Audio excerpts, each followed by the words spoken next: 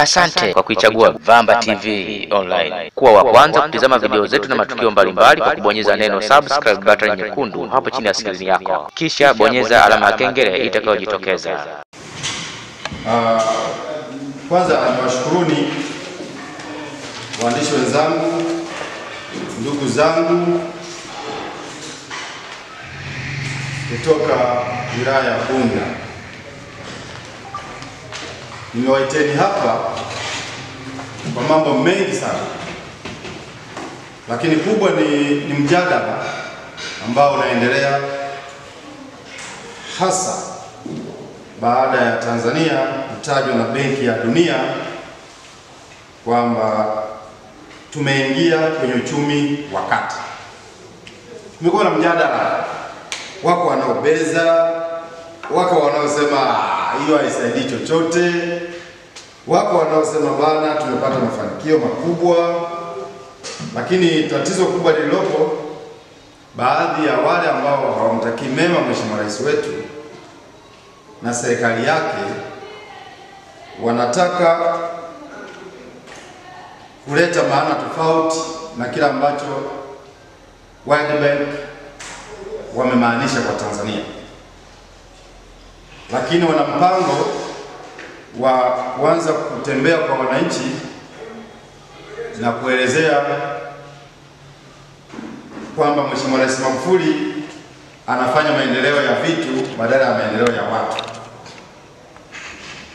Sasa mimi niko hapa kusaidia kama mwanaharakati huru, kama mchambuzi, na wala siwakilishi serikali. Mimi niko hapa kama mimi, sijatumwa na serikali wala mtu yoyote, lakini tuna wajibu kama Watanzania kwa mujibu wa ibara ya 18 ya katiba yetu ya Jamhuri ya Muungano wa Tanzania kutoa ufafanuzi wa baadhi ya mambo ambayo yanalenga kupotosha nchi yetu, na nimefanya kazi hiyo kwa muda mrefu sana. Mwaka huu sasa ni wa 4 kama sio wa 5. Lengo letu ni kuambia Watanzania na kuwafanulia vizuri Watanzania ni nini ambacho Mheshimiwa Rais wetu amekifanya, kwa malengo gani, kwa ajenda gani, na kwa nini tunamtetea na kwa nini tunamsemea wakati sisi ni raia wa kawaida. Sasa nianze, nimeandika pia, mnaweza mkawa mnapitia karatasi, uchumi wa kati na rekodi muhimu za Rais Dr. John Pombe Joseph Magufuli miaka 5 ya utawala wake. Julai 1 ama Julai mosi mwaka huu ni tarehe itakayobaki kwenye kumbukumbu kama siku ya kwanza kwa utekelezaji wa bajeti ya 5 na ya mwisho ya kumalizia miaka 5 ya kwanza ya serikali ya awamu ya 5, siku ambayo Benki ya Dunia ilitambua Tanzania kuwa nchi ya uchumi wa kati, ikiwa ni miaka 5 kabla ya kufikia mwaka 2025.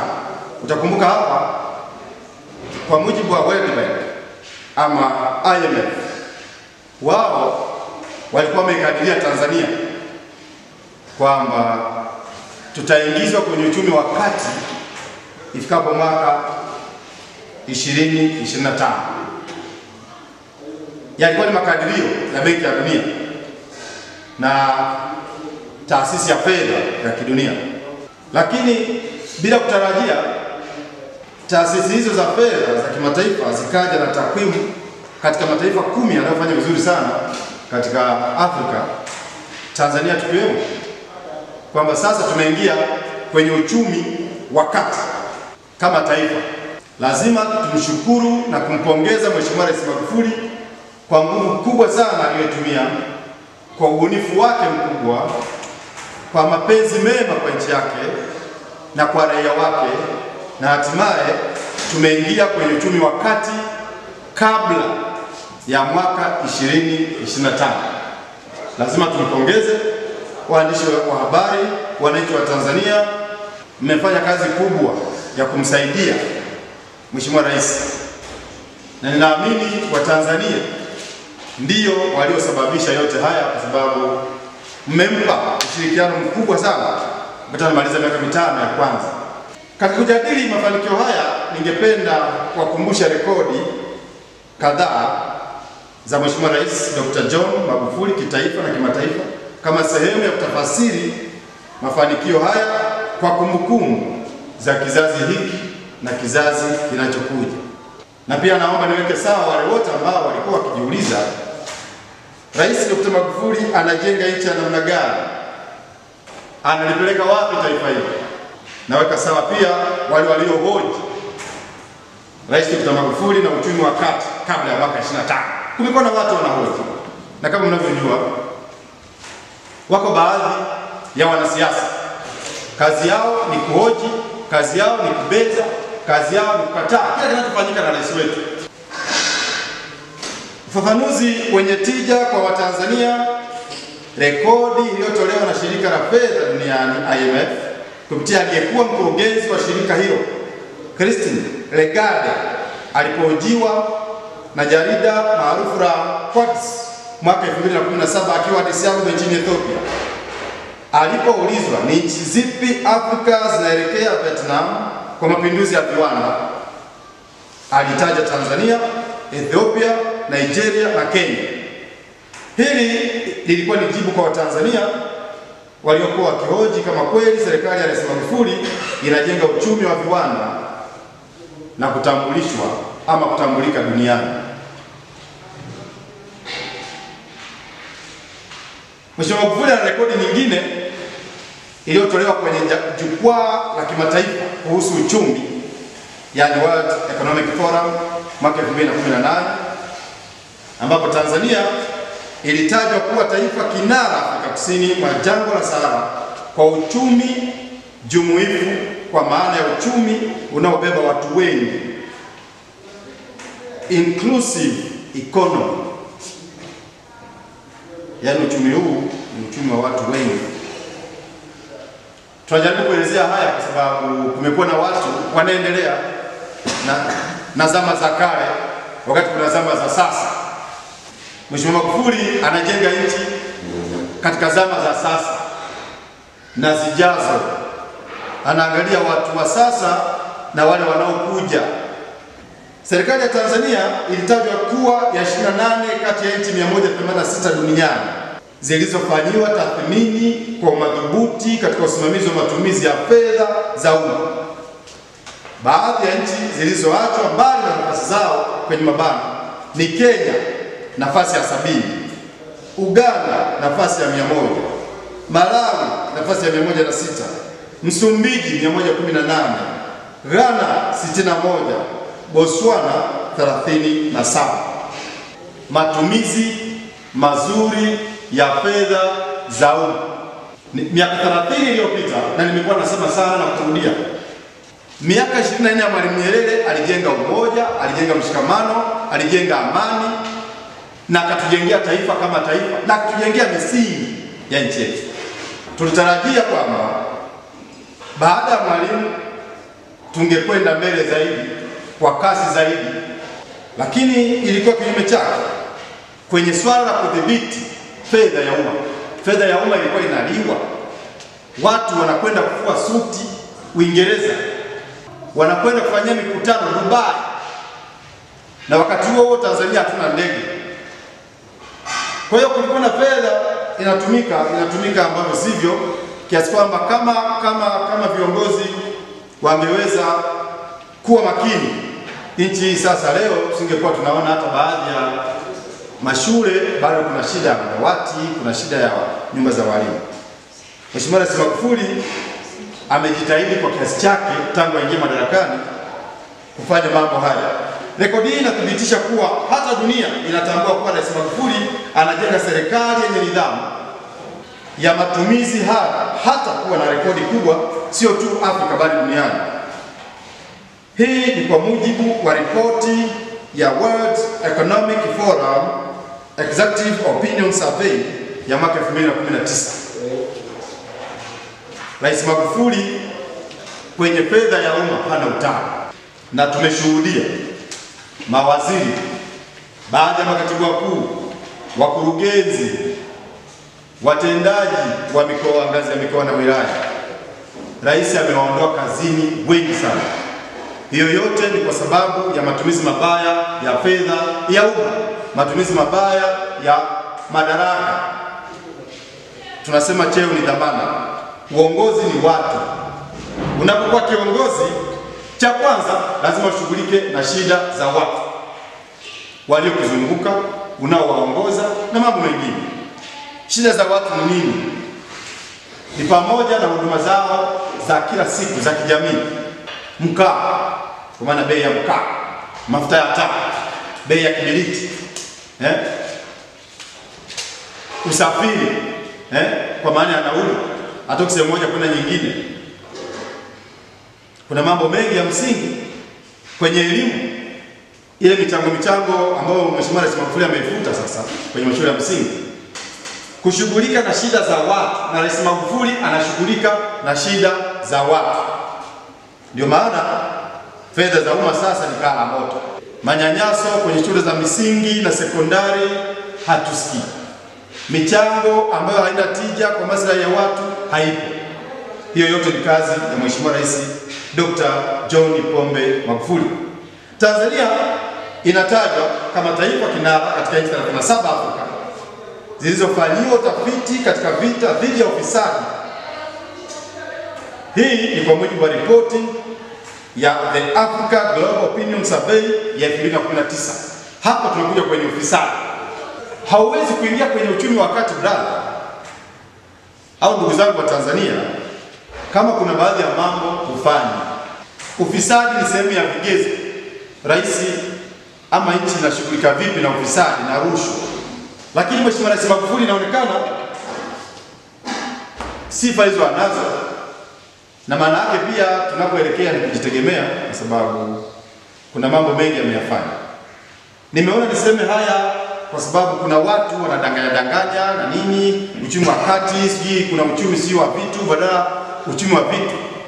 Uchumi wa watu unatokana na uchumi wa vitu. Marekani imepata maendeleo miaka 800 iliyopita. Marekani ambayo tunakwenda unapiga picha kwenye magorofa marefu, miaka 800 iliyopita. Tuseme EU kwa ujumla, nchi zile za Ulaya huko. Na hauwezi ukafikia uchumi wa kati kama wewe rushwa, ufisadi ni kitu cha kawaida. Huwezi. Tunasema mnyonge mnyongeni, haki yake mpeni. Tulikuwa tunakodi ndege. Kwa wale mtakumbuka, tulikuwa tunakodi ndege. Tena ndege zenyewe mbovu. Tunalipa dola milioni 43. Dola milioni 43. Inafanya kazi miezi 6, lakini miezi 37 ipo gereji. Ilikuwa ni mateso kwa taifa. Rejea ripoti ya CAG ya Aprili 2020. Leo chini ya Rais Magufuli serikali inanunua ndege mpya Bombardier kwa dola milioni 32, kiasi ambacho ni chini ya tulichotumia kukodi ndege mbovu iliyoishi gereji robo 3 ya muda wa mkataba. Huu ni mfano mdogo tu kuonesha kwamba kama taifa kuna miongo kadhaa tulipoteza ama tulipotea, na sasa taifa linachukua heshima na nafasi yake. Una kodi kwa dola milioni 47. Tunanunua cash kwa dola milioni 32. Tuna deficit ya shilingi ngapi? Na tukao tunaliwa tu. Kwa inaliwa tu. Imani ya wananchi kwa serikali yao inapambana na ufisadi. Yaani wananchi imani yao kwa Mheshimiwa Rais Magufuli na serikali yake ni kwamba anapambana sana na ufisadi, ambapo 72% ya Watanzania wanasema serikali ya Magufuli inapambana sana na ufisadi ukilinganisha na 13% mwaka 2015, ripoti ya Africa Global Opinion Survey ya 2019. Yaani mpaka tunaingia 2015, imani ya wananchi kwa serikali kwa maana ya ufisadi ilikuwa 13% tu. Leo Mheshimiwa Rais Magufuli ni 72%. Hiyo ni imani ya wananchi kwa serikali yao. Ni kwa namna gani rais anajitahidi kupambana na hili swala? Kuna mtaalamu mmoja aliwahi kusema, sasa hivi uchumi wenyewe unajengwa, kuna watu walikuwa wanajenga uchumi kwa mission tower. Yaani uchumi unajengwa kwa mission tower. Mtu yuko nyumbani pale akiwa na mahela mengi anasema ndio uchumi. Akiona kuna gorofa linasimama pale Kariakoo anasema kweli huu ndio uchumi. Lakini uchumi, mimi sio mtaalamu wa uchumi na naomba mnisamehe sana. Na sijasomea uchumi, mimi ni muongeaji na mwandishi na vitu kama hivyo. Wana uchumi watanisaidia.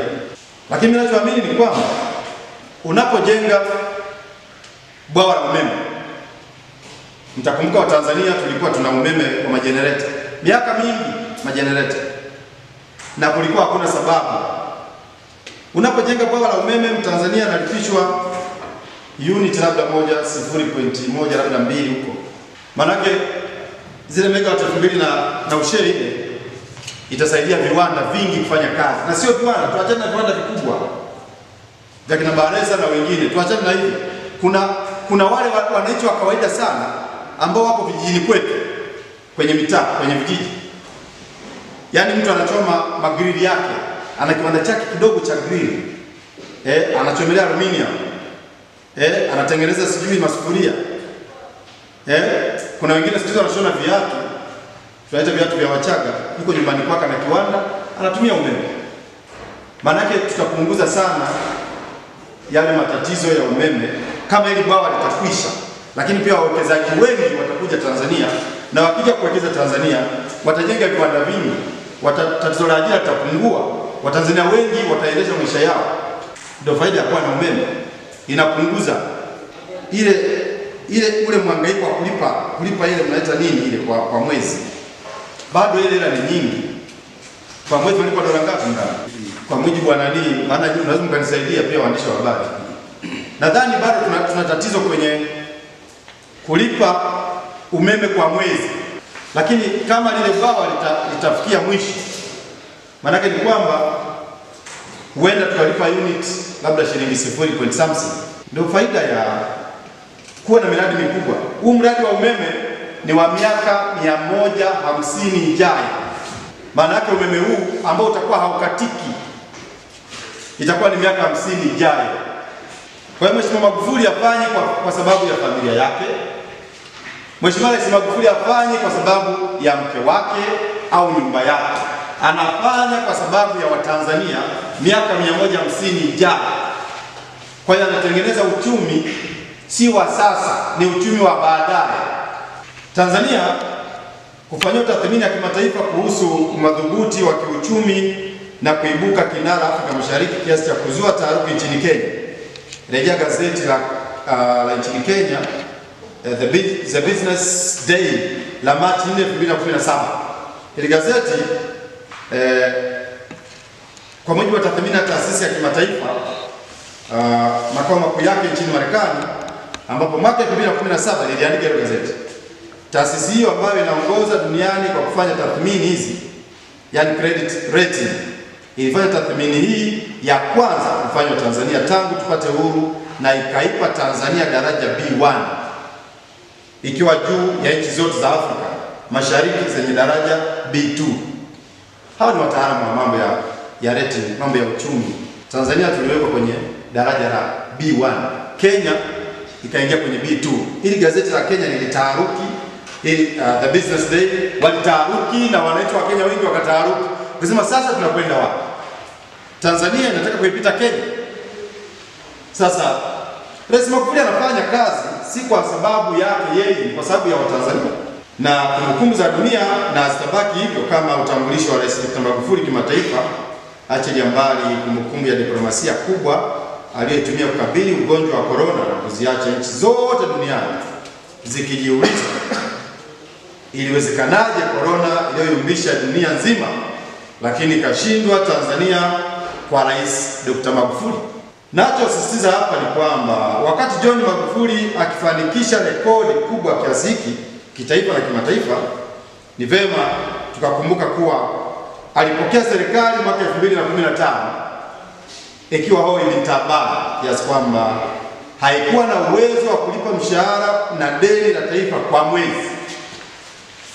Lakini kina Zito wanasahau alipokea serikali ambayo ililazimu kukopa ili kulipa mshahara, na hivyo kukopa soko la ndani kwa riba kubwa ya 17% kwa hati fungani za mwaka mmoja kulinganisha na sasa ambapo serikali inakopa kwa riba ya 4.8 kutoka 17% mpaka 4.8.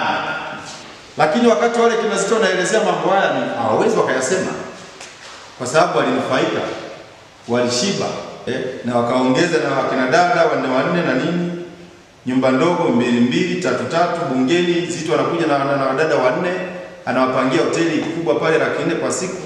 Sasa hivi hiyo hamna, tunalala wote gesi ya 40 tu, 20 30. Huo ndio uchumi halisi, sio uchumi wa Mission Town. Serikali yenye dhiki inakopa kwa riba yoyote. Ndani ya miaka 5 JPM amefanikisha rekodi kubwa nchini kwenye kila sekta inayohusu maendeleo ya watu. Amefanikisha kujenga serikali yenye msuli kiuchumi katika tafasiri zote kiuchumi nchini na duniani.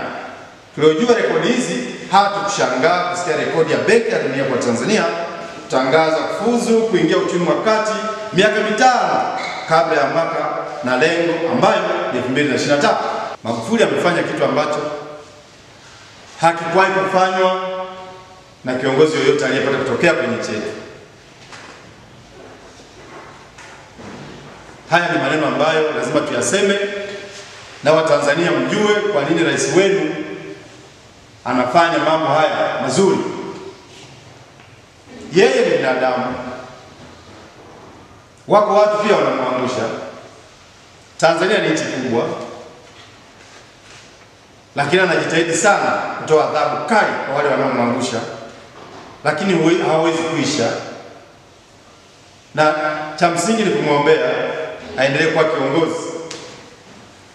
Tangu Julai 2020 sasa anakuja kwenye nyongeza. Tunaonyongeza kidogo. Benki ya Dunia ilivyo kusema tu Tanzania tumeingia kwenye uchumi wa kati kabla ya 2025. Watu wanasema sana,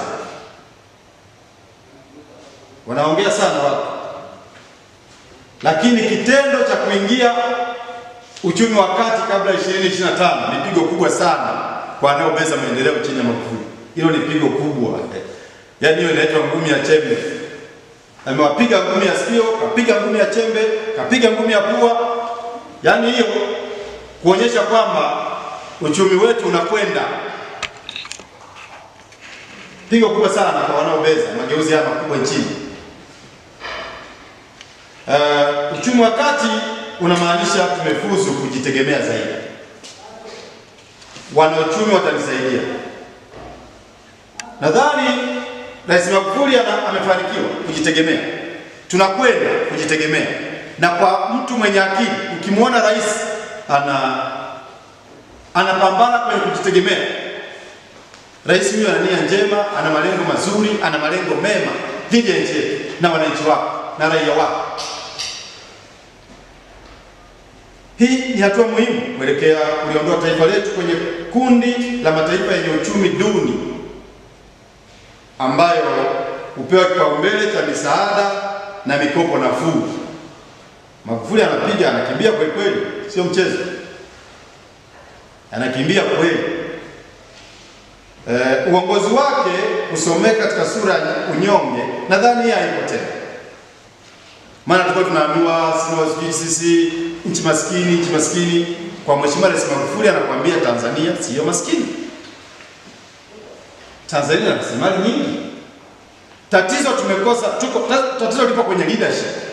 Kuanzia ngazi ya kijiji, ngazi ya kata, ngazi ya tarafa, wilaya, mkoa na kuendelea.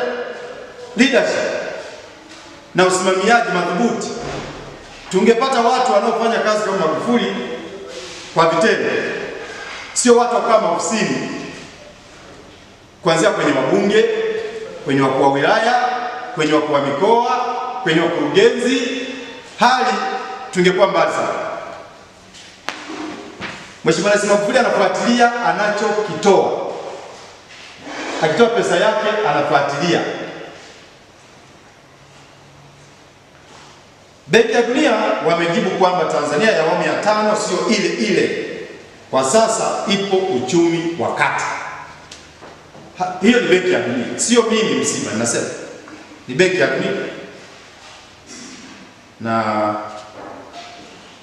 ingawa ni kweli kwamba mikopo nafuu itapungua, lakini athari yake ni ndogo kulinganisha na faida ya kupanuka kwa wigo wa kukopa mikopo ya kibiashara ambayo kawaida haiambatani na masharti ya kikoro. Ukweli huu unathibitishwa na hoja mbili. Kwanza ni kiasi cha misaada na mikopo hiyo kuendelea kuwa sehemu ndogo sana ya mapato yetu ya ndani. Tazama utekelezaji wa bajeti ya mwaka jana kwa maana ya 2019-2020 ambapo katika mapato yote yaliyofikia trilioni 26 kufikia mwezi Aprili 2020, kiasi kilichotokana na misaada na mikopo nafuu kilikuwa trilioni 2.4, sawa na 9% tu ya trilioni 26. Naomba nirudie. Utekelezaji wa bajeti ya mwaka jana kwa maana ya 2019-2020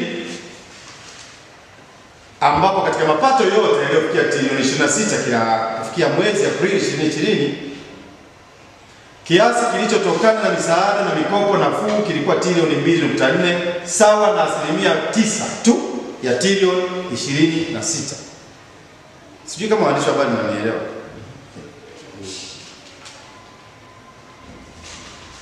Maana yake rais anafanya kazi, sio kazi ya kitoto. Hivyo kupungua kwa misaada na mikopo nafuu athari yake ni ndogo sana kwa kuwa ni kwa muda mfupi tu, na zaidi kutanuka kwa upatikanaji wa mikopo ya kibiashara ambayo siku zote haiambatani na masharti ya koloni ni faida na zaidi ni heshima, hasa kwa serikali kama ya JPM iliyojizatiti kujenga msuli wa kujitegemea. Rais Magufuli anapambana kujitegemea na serikali corrupt haikusanyi kodi. Lakini serikali, ukiona serikali inakusanya kodi, ujue sio corrupt. Na serikali ya Magufuli sio corrupt, inakusanya kodi. Hizi trilioni 26 fedha nyingi. Uwekezaji mkubwa kwenye rasilimali watu kama inavyoonekana katika sekta ya elimu, maji na afya. Hoja kwamba kipimo cha ongezeko la pato la mtu, yani per capita income, sio uhalisia katika maisha halisi. Hoja hii sio sahihi kwa mtazamo wa jumla katika taaluma ya uchumi. Mimi sio mwanauchumi, lakini huwa najaribu kuangalia huku na huku, na kati ya nchi 187 duniani kwa udhibiti wa matumizi fedha za umma, ikiziacha nchi kama Kenya na nchi nyingine. Nchi yenye picha hii ni wazi tafsiri yake kwamba ongezeko la pato la mtu inakuwa na maana pana kwa watu wengi kama tulivyoeleza hapo. Hoja kwamba hakuna uwiano wa kiasi cha fedha za budget kilichotumika ndani ya miaka 5 kulinganisha na ongezeko la pato la mtu mmoja mmoja. Hoja hii ina makengeza kwa sababu matokeo ya uwekezaji mkubwa unaofanywa kwenye miundombinu, kwenye reli ya kisasa SGR, mradi wa umeme Sirius Gorge, hata uwekezaji mkubwa kwenye miradi ya elimu, kufufua shirika la ndege, meli, bandari, matokeo yake sio ya muda mfupi. Huwezi kuyapata matokeo yake kwa muda mfupi. Hamna. Lakini wakina Zitto wanakejeli. Kwenye sayansi ya uwekezaji, muda wa kurejesha ulichowekeza na hata faida vinategemea aina ya uwekezaji.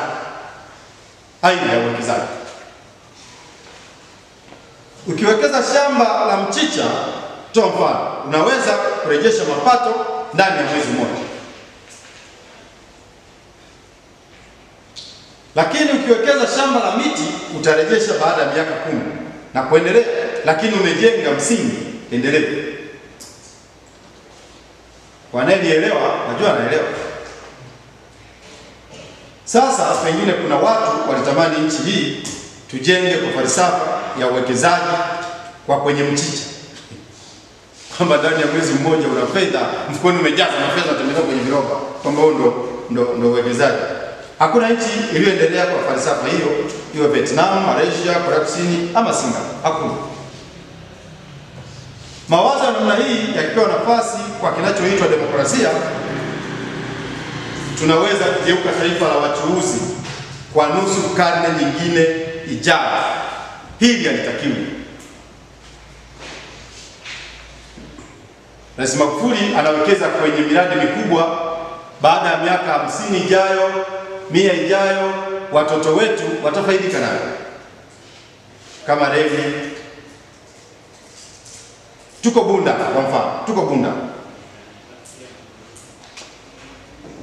Bunda tunategemea uvuvi, kilimo, ufugaji, na pia kuna biashara inatoka Kenya inapita Bunda inakwenda Mwanza, inakwenda Dar, kwa wale wanaopitia huko Sirari na nini, Tarime na kuja huko. Reli yetu hii ya SGR itakapokwisha, faida yake itakuwa ni kwamba mtu anatoa mkaa Kenya au viazi mbatata Kenya, ama maziwa yake Kenya, yanakuja yanapita Bunda, yanakwenda Mwanza, anaingia kwenye treni ya kisasa, ndani ya masaa 6 iko Dar, anafanya biashara zake, anarudi zake Bunda. Ndio faida tu hiyo. Na mtu anaweza akafanya kazi Bunda akawa naishi Dodoma. Inawezekana kabisa na ukoaji kama ile ikiishi. Ndio faida yake. Mafanikio ya kufikia uchumi wa kati sio ya JPM pekee jamani. Watanzania pia wameshiriki kufanya mafanikio haya kawepo. Nchi yetu ilichelewa, kwani nchi tulizokuwa sambamba nazo kiuchumi hadi kufikia miaka ya 90 wakati Mwalimu anaondoka pale. Nchi kama Vietnam ilikuwa na uchumi wa bilioni 6.5 USD miaka 90. Yaani wakati Mwalimu anaondoka akaja Mwinyi kidogo. Vietnam ambayo sasa imeendelea sana, ilikuwa uchumi wake ulikuwa dola bilioni 6.5. Sisi Tanzania miaka 90 kurudi nyuma ilikuwa dola bilioni 4.5 kwa ripoti za Benki ya Dunia. Leo wametupita kiasi kwamba si kama yani utadhani sisi ni vilema. Vietnam wana bilioni 260 bilioni 260 USD. Vietnam. Tanzania tumebaki kwenye 63 USD bilioni 63. Angalia pia kwa tumeachana miaka 90 na sasa. Alafu akinazitoa haya wanasema Vietnam wakati wa Mwalimu walikuwa wanatuogopa, walikuwa nadhani tutawapita sisi. Baada ya Mwalimu tulirudi kabisa nyuma. Leo Vietnam wanawekeza Afrika na dunia nzima. Takwimu hizi zinathibitisha kwamba tulikotoka hatufanya vema sana. Na lazima tuseme kwamba miaka 30 tulichechemea iliyopita. Tulichechemea na tulipoteza muda mwingi kwa maneno, kwa siasa, hakuna vitendo. Tulikuwa na wanyama wengi. Tanzania hii Mwalimu Nyerere alizilinda rasilimali za nchi yetu. Alilinda Mwalimu. Alikataa kuziuza, alikataa kuzisafirisha, alikataa kabisa. Akasema Watanzania watakapokuja wakisoma watazitumia wenyewe. Lakini kuna baadhi wakazitumia tu, zinakwenda Ulaya nje.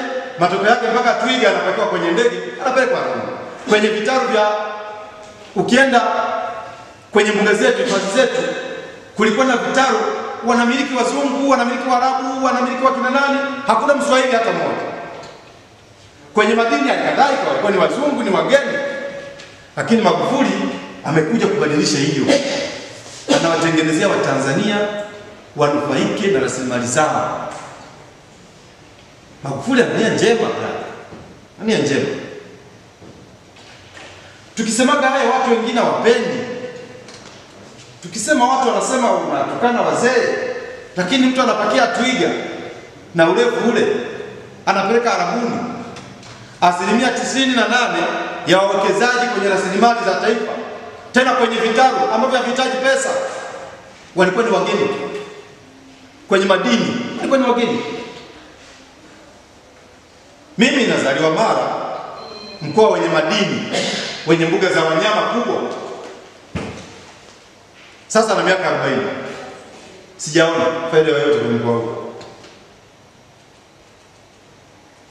Kwa nini? Hiyo kitu kwa nini?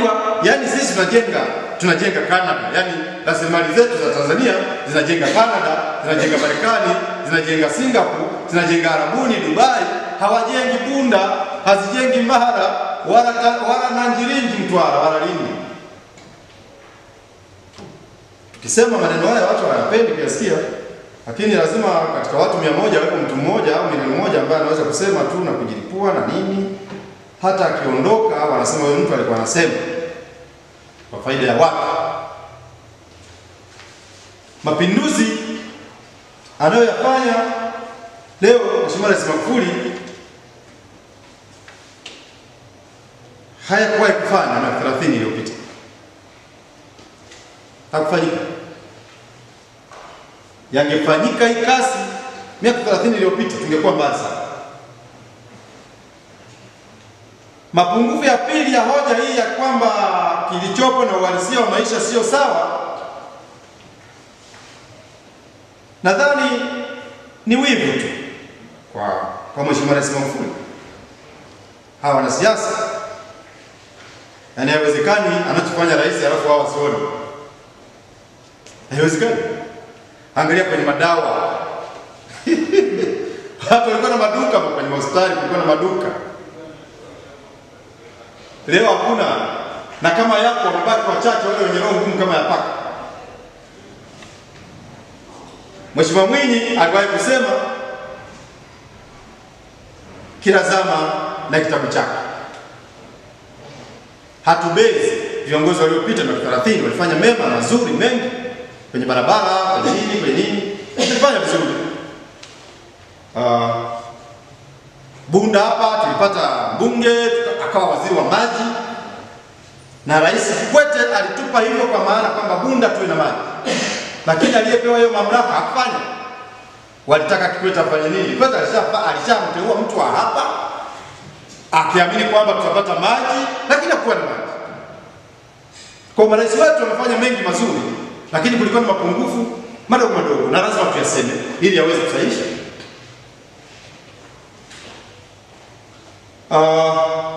Mfano wa kutumia uamuzi wa kununua ndege 11 kwamba hauna tija kwenye uchumi ni ukosoaji uliokosa nguvu kwa muda mrefu. Nchi hii imezungumzwa miaka mingi na miongo mingi kwamba Tanzania tunapaswa kuimarisha sekta ya uchukuzi. Kwa maana ikiwemo shirika la ndege la taifa, usafiri wa maji na reli, yote Magufuli ameyafanya. Kwenye meli naona Mwanza hapo MV Victoria imeshaanza safari ya majaribio kutoka Mwanza Bukoba, na ni ya kisasa sana. Ukienda Ziwa Nyasa, ukienda Tanganyika, kuna mameli yanajengwa tu. Utafikiri hela kulikuwa, yaani mpaka tunajiuliza kwa nini Magufuli hela zikawa wapi? Mbona yanajenga tu?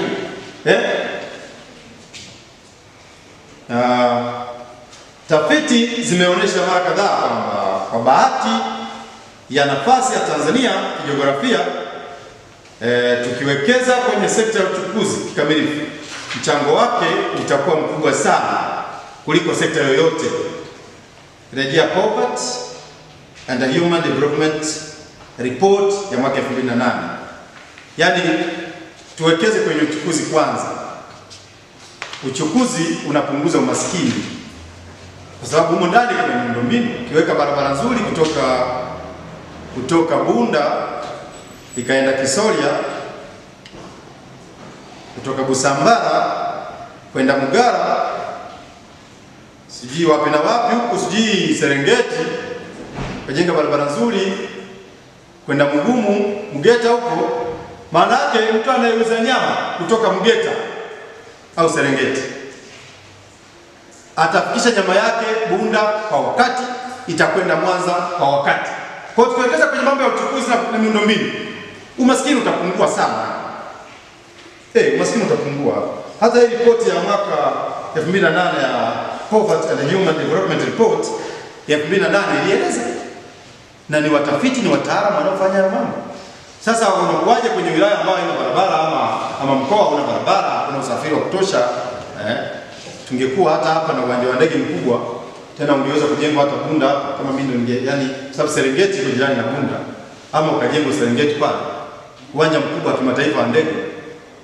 Maana yake ni kwamba wananchi wa Bunda wanakuwa wananufaika na Serengeti yao, wanakuwa wananufaika na madini haya, lakini kitu ambacho sio cha kawaida. Bunda iko nyuma kwa sababu, si kwa sababu ya viongozi waliopo, ni kwa sababu tulikosa ubunifu na usimamiaji, ubunifu na usimamiaji. Bunda ni center ya watu wanaotoka Kenya kwenda mikoa mingine, lakini ni kwenye kona, lakini kwenye kona hiyo hakuna cha maana kitu kulinganisha na wilaya zingine na nini. Kwa hiyo mambo yale magumu kusema, lakini nadhani tulikuwa wiki kwenye namna ya kupata wabunge. Bunge wetu walikuwa so wiki, walikuwa ni kwa sababu ya matumbo yao, familia zao. Lakini Bunda leo tungetarajia iwe kama Simiyu. Mtu akifika tu pale Balili pale anakutana na mataa. Barabara ya labda 4 au 6 unakwenda mpaka labda pale Kiabakari ndio unaachana na mataa. Ukienda kidogo kule mbele unakutana na taa kuingia Msoma mjini. Lakini tuko nyuma.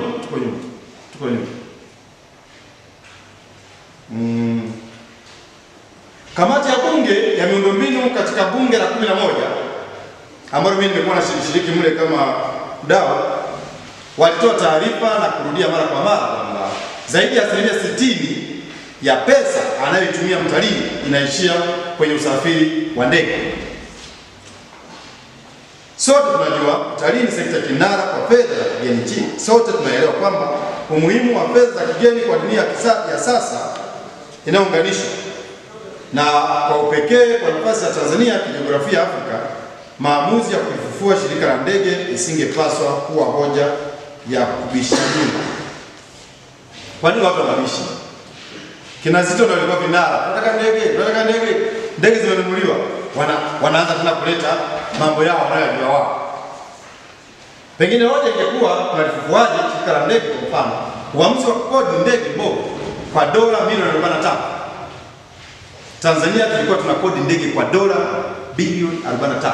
Milioni 45, sio bilioni. Milioni. Ndege ambayo inaweza ikafanya kazi miezi 6 tu na kwenda Geita. Hiyo fedha kwa nini zingine kwenye madawati, kwenye hospitali, vituo vya afya na nini, kama ambavyo Mheshimiwa Rais Magufuli amefanya? Lakini mkakati wa sasa wa JPM kutumia dola 32 milioni kununua Bombardier mpya imesaidia kufufua shirika la ndege, ambapo sasa watu tunaweza tukatoka Mwanza pale. Na mimi napigania sana Mara, lazima Mara iweje, lazima Mara kuna uwanja wa ndege ambao ndege zinatua.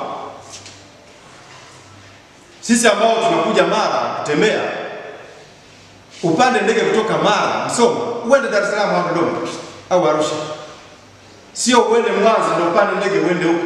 Kwa hiyo kuna haja msingi sana watakaopata mamlaka na madaraka, hasa wabunge, bunge lijalo, watakaotoka mkoa wa Mara wapigane sana tuweze kupata uwanja ambao Bombardier inatua, Dreamliner inaweza katua, Airbus inaweza katua, ili watu wapate maendeleo. Sio ndege tunaziona tu ukiwa Mwanza ndio unaona ndege, ukiwa Msoma uone ndege. Ni utata. Kwa hiyo una historia kubwa. Umemtoa baba wa taifa bwana. Alafu ndege hamna. Serikali ya awamu ya 5 ina rekodi kubwa zisizobishaniwa kitaifa na kimataifa, rekodi ambazo kila anayejua kinachoendelea duniani anazifahamu. Rekodi kubwa sana imeweza kuongeza usambazaji wa maji vijijini kutoka 47%. Sikiza kwa makini, serikali ya awamu ya 5. usambazaji wa maji vijijini kutoka asilimia 47 mwaka 2015 hadi asilimia 71.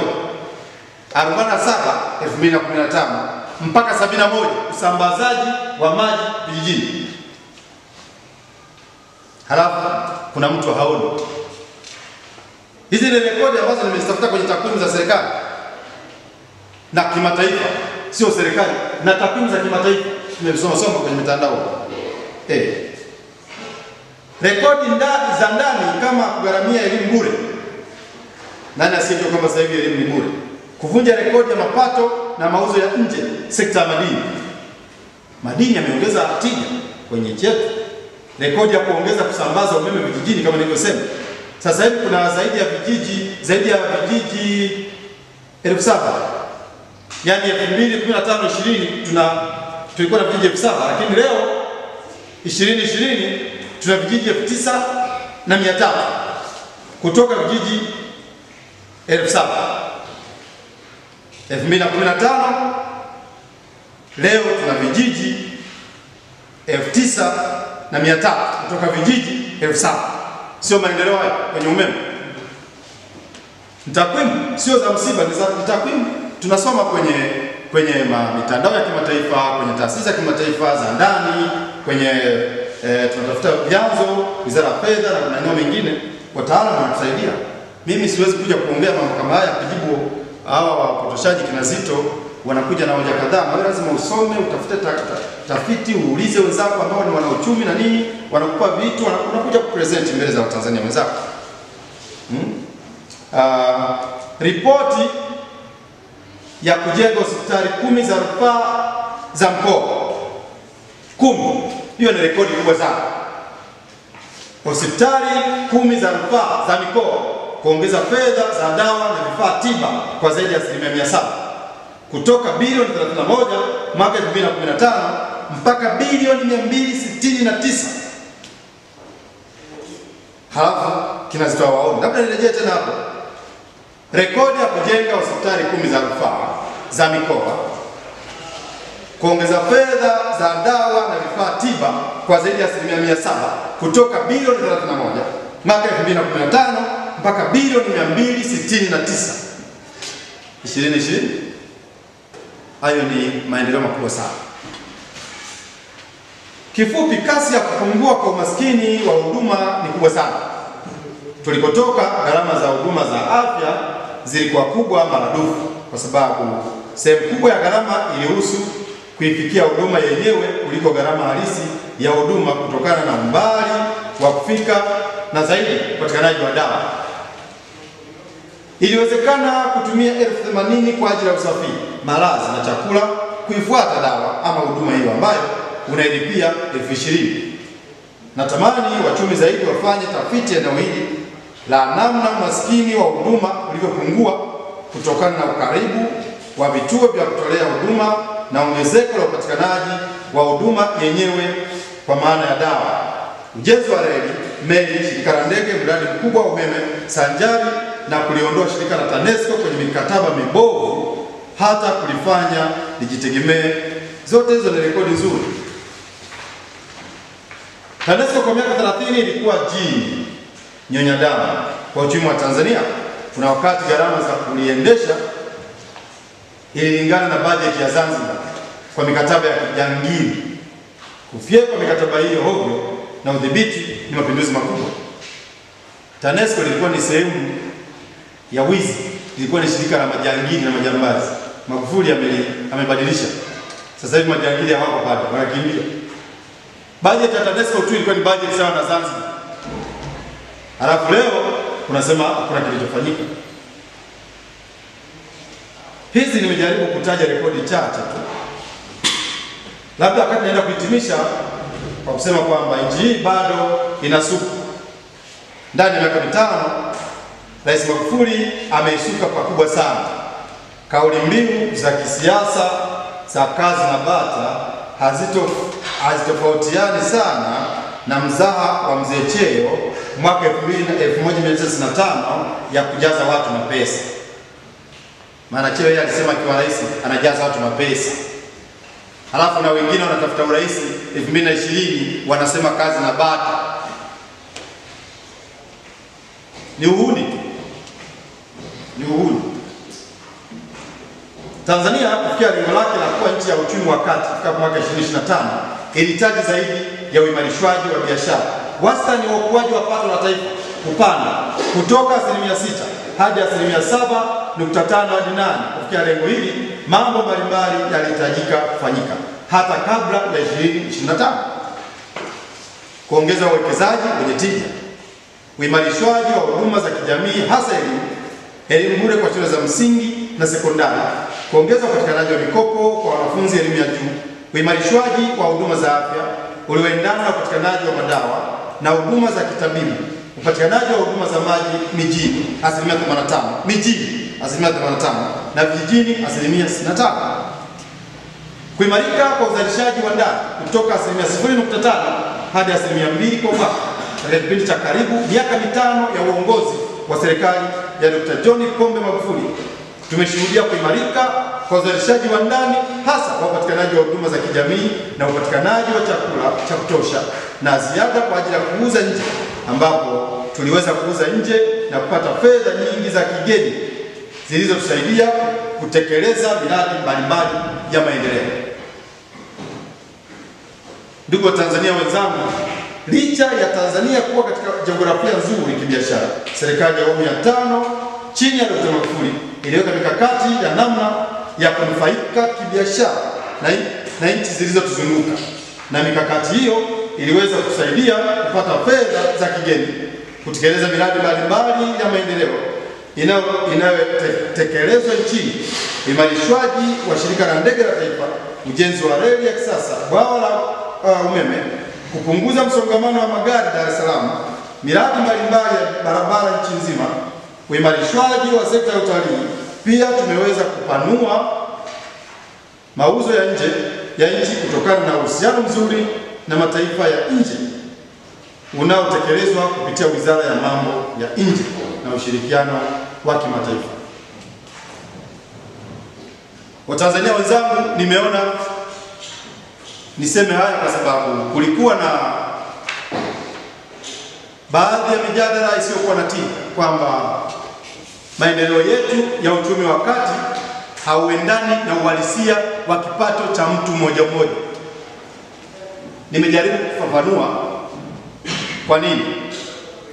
Kwa nini maendeleo ya mtu mmoja yanatokana na maendeleo ya vitu? Unapotengeneza miundombinu, maendeleo ya watu yanakuja. Marekani walianza kutengeneza uchumi wao kwa kutengeneza maendeleo ya madaraja, mabarabara, mambo ya umeme. Unapojenga barabara kutoka Bunda kwenda Serengeti, kwenda Tarime,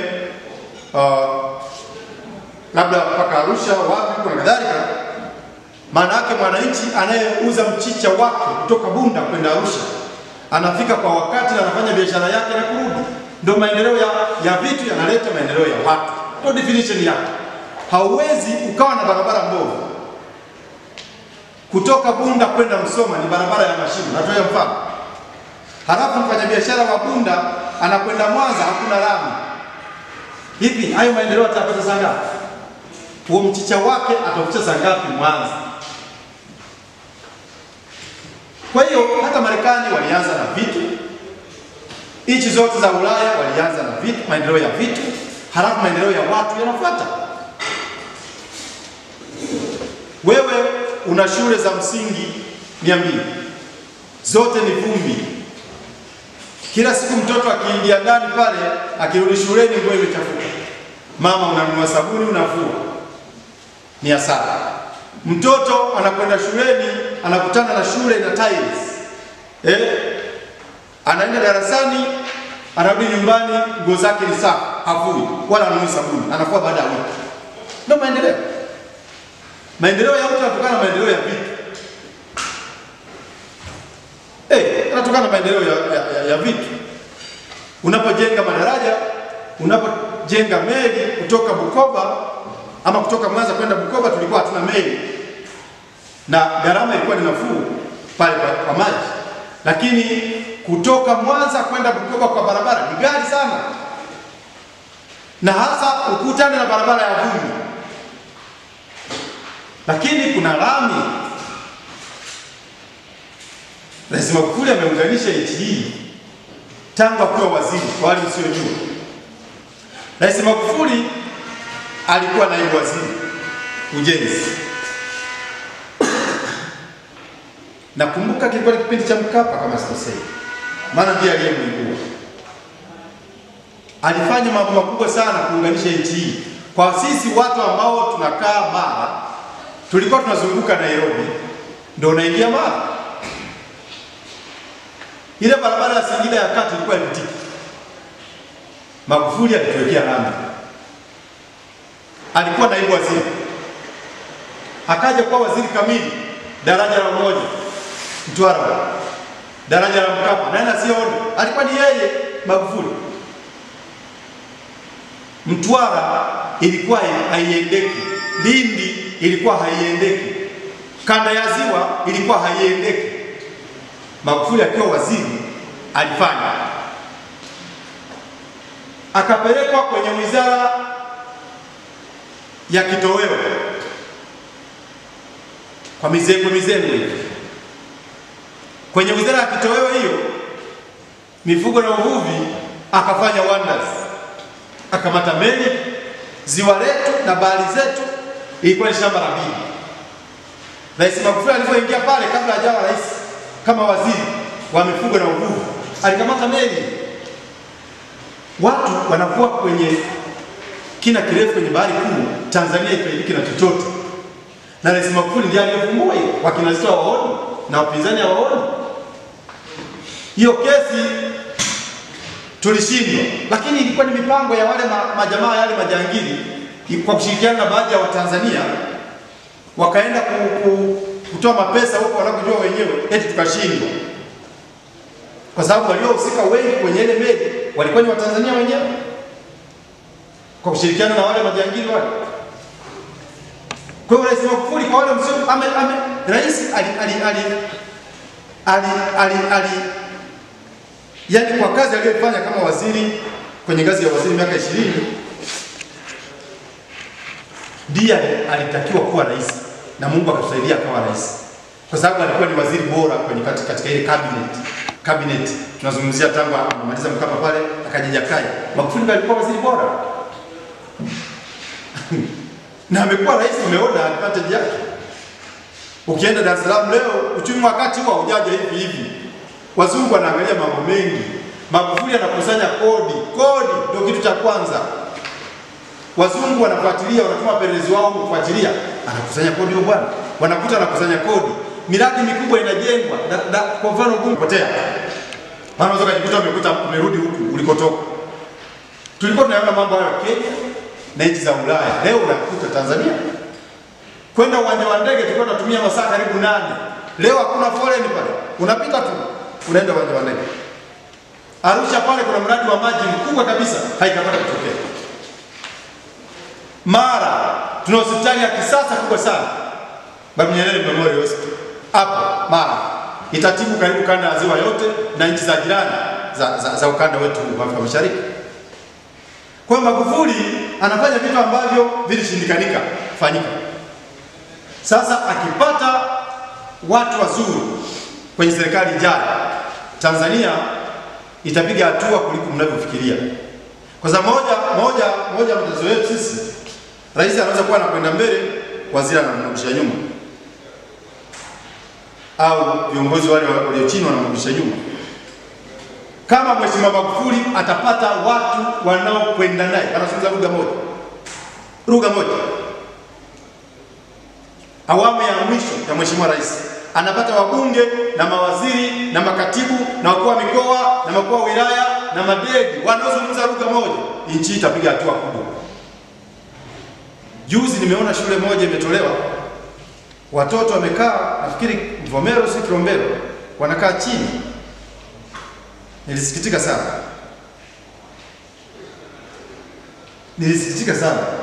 Unajua sisi ambao tuna support hii serikali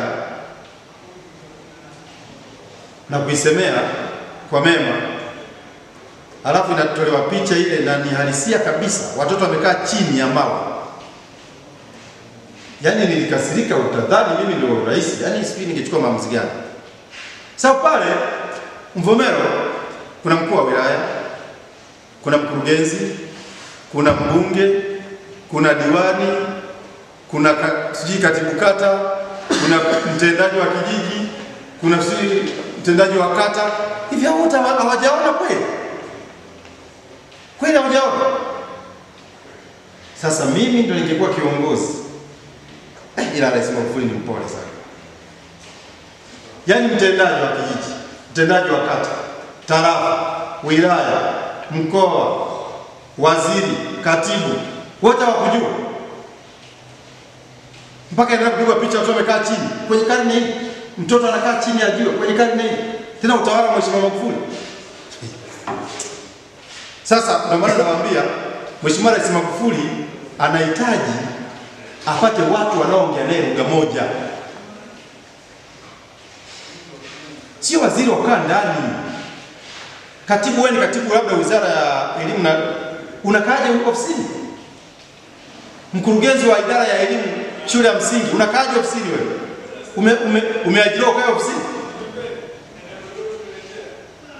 Kwa hiyo rais anafanya kazi kubwa, lakini kuna wanasema msafara wa mamba na kenge wamo.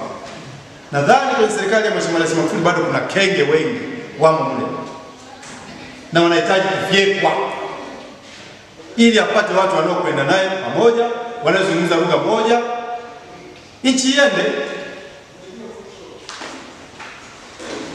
Maana pale kuna mbunge, kazi ya mbunge anaisimamia serikali, na mbunge ndiye anayewasilisha kero na matatizo ya eneo lake kwenye elimu, kwenye afya, kwenye barabara, wakina mama si wajawazito, si wazee, umeme, maji, ndio kazi ya mbunge. Yaani haiwezekani wananchi wote wa Mvomero au Mwibara au Bunda eti wakaenda wote bungeni, jamani tunaomba maji. Ndio maana anachaguliwa mmoja yule anapokwenda bungeni anakuwa ameshailisha matatizo ya jimbo lake, matatizo ya wilaya yake, anapeleka ndani ya bunge.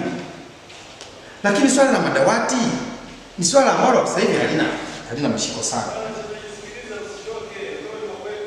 Kwa hiyo Mheshimiwa Rais Magufuli, mimi namwombea Mungu, moja, najua kuchaguliwa ameshachaguliwa, lakini anahitaji kupata wabunge wachapakazi kama yeye, waaminifu kama yeye, waadilifu kama yeye, wafuatiliaji kama yeye, na sio wabunge tu, kuanzia madiwani. Maana madiwani ndio wanatengeneza maendeleo ya eneo husika kwenye halmashauri. Maendeleo yanatoka kwenye halmashauri. Kwenye halmashauri lazima tuwe na watu ambao moja, waadilifu sana, wabunifu kwenye halmashauri, wafanye kazi na wabunge, kwa kushirikiana na wabunge maendeleo yaje kwenye maeneo haya. Lakini kwenye uchaguzi huu nasikia pia kuna kenge wanatafuta waingie. Kenge, kuna watu wamejipanga kuchomekea wabunge wao na madiwani wao kwenye uchaguzi huu, na lengo ni kutaka kwenda kumsumbua Mheshimiwa Rais ndani ya bunge, kupitia bunge. Sasa mimi nimedokeza kidogo, na wale mnaopanga hayo mjue tayari tunajua, na mkiona mimi mbea ninajua, maana yake dunia nzima inajua. Nyinyi mnaojipanga kwenye ngazi ya udiwani kuchomeka watu wanaotaka kumsumbua rais, kwenye ngazi ya bunge kuweka wabunge wanaopenda kumsumbua rais, taarifa zenu zipo na hamtofanikiwa. Na Rais Magufuli atapata wabunge wanaozungumza lugha moja na yeye na wenye uchungu na nchi hii. Kuna mambo mengi nasikia pia wanaandaa na nini siku kuandaa rais wa mwaka 25 huko. Kuna watu wanaingia ndani ya bunge kwenda kufanya harakati za kupata rais wa 25. Tunawajua. Tunafahamu. Tunahitaji wabunge wa kwenda kuleta maendeleo ya watu, sio wabunge wa kwenda kwenye bunge kutafuta rais.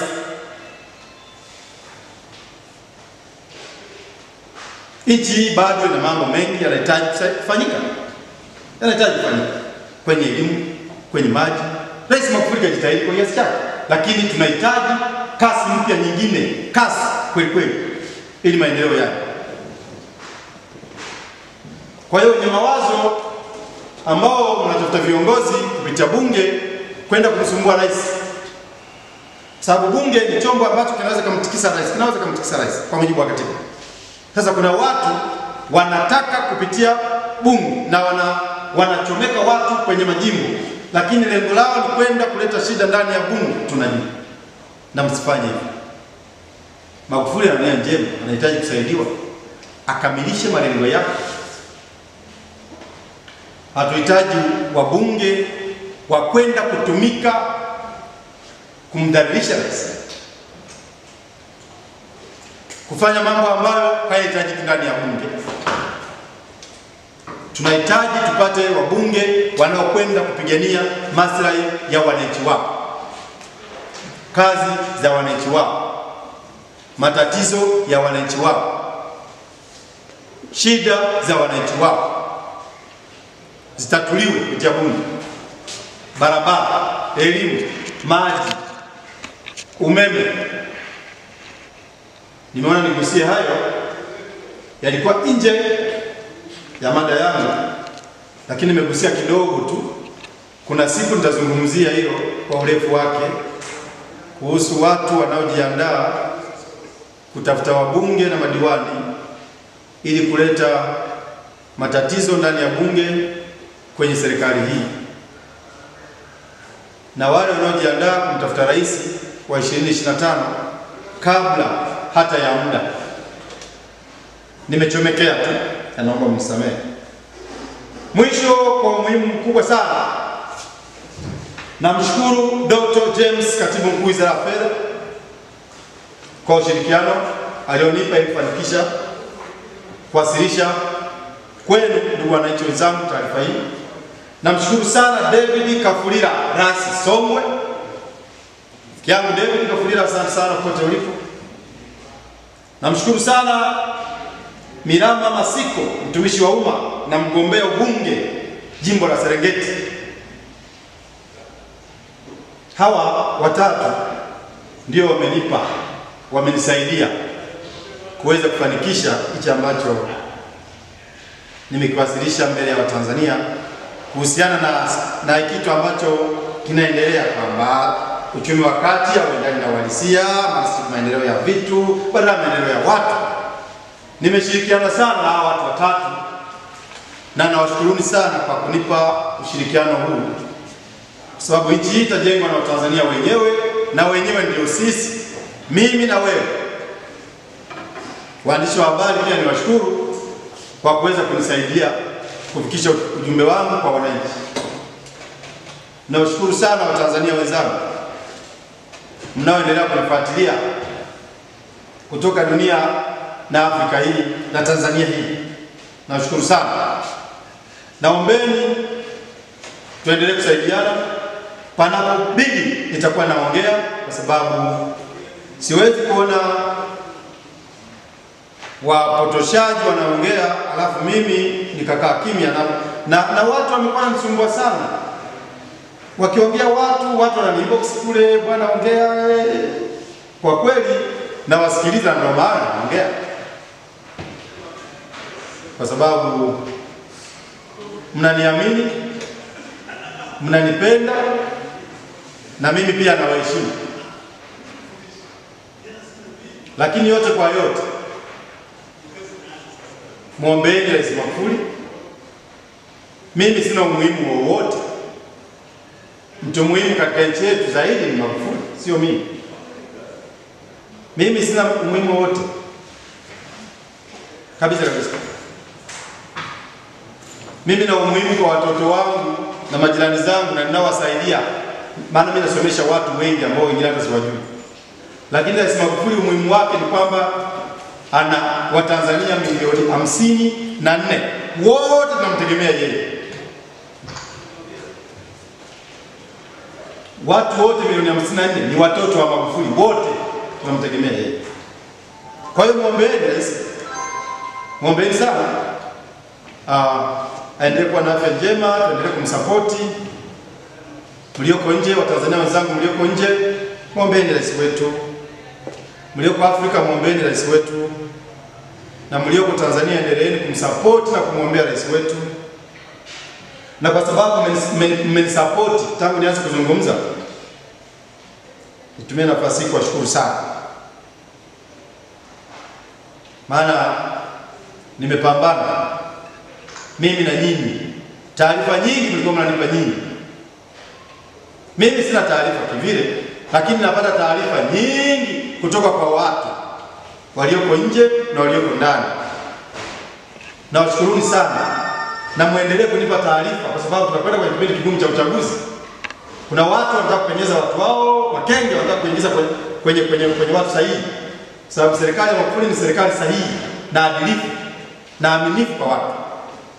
Tusaidiane watu wasituingizie vimeo huko kwenye serikali wakaja kusumbua. Kwa hiyo nawashukuru sana.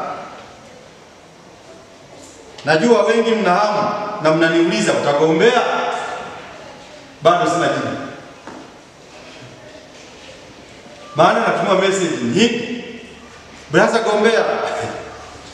Sasa mimi najiuliza, kwani mimi na nini? Mimi na miujiza gani? Kwani hata nikigombea mimi nitaleta maajabu gani? Zaidi ya kuwafunga wezi na mafisadi. Maana mimi sina huruma. Sio kuwafunga, tutawachapa hadi viboko wakiwa magerezani. Sasa mimi bwana, jibu langu bado, na Mungu akinisaidia mtaona tu nimechukua fomu. Na fomu yenyewe ni kuniombea, kwa sababu hakuna kitu kibaya kama unachukua fomu alafu usipite.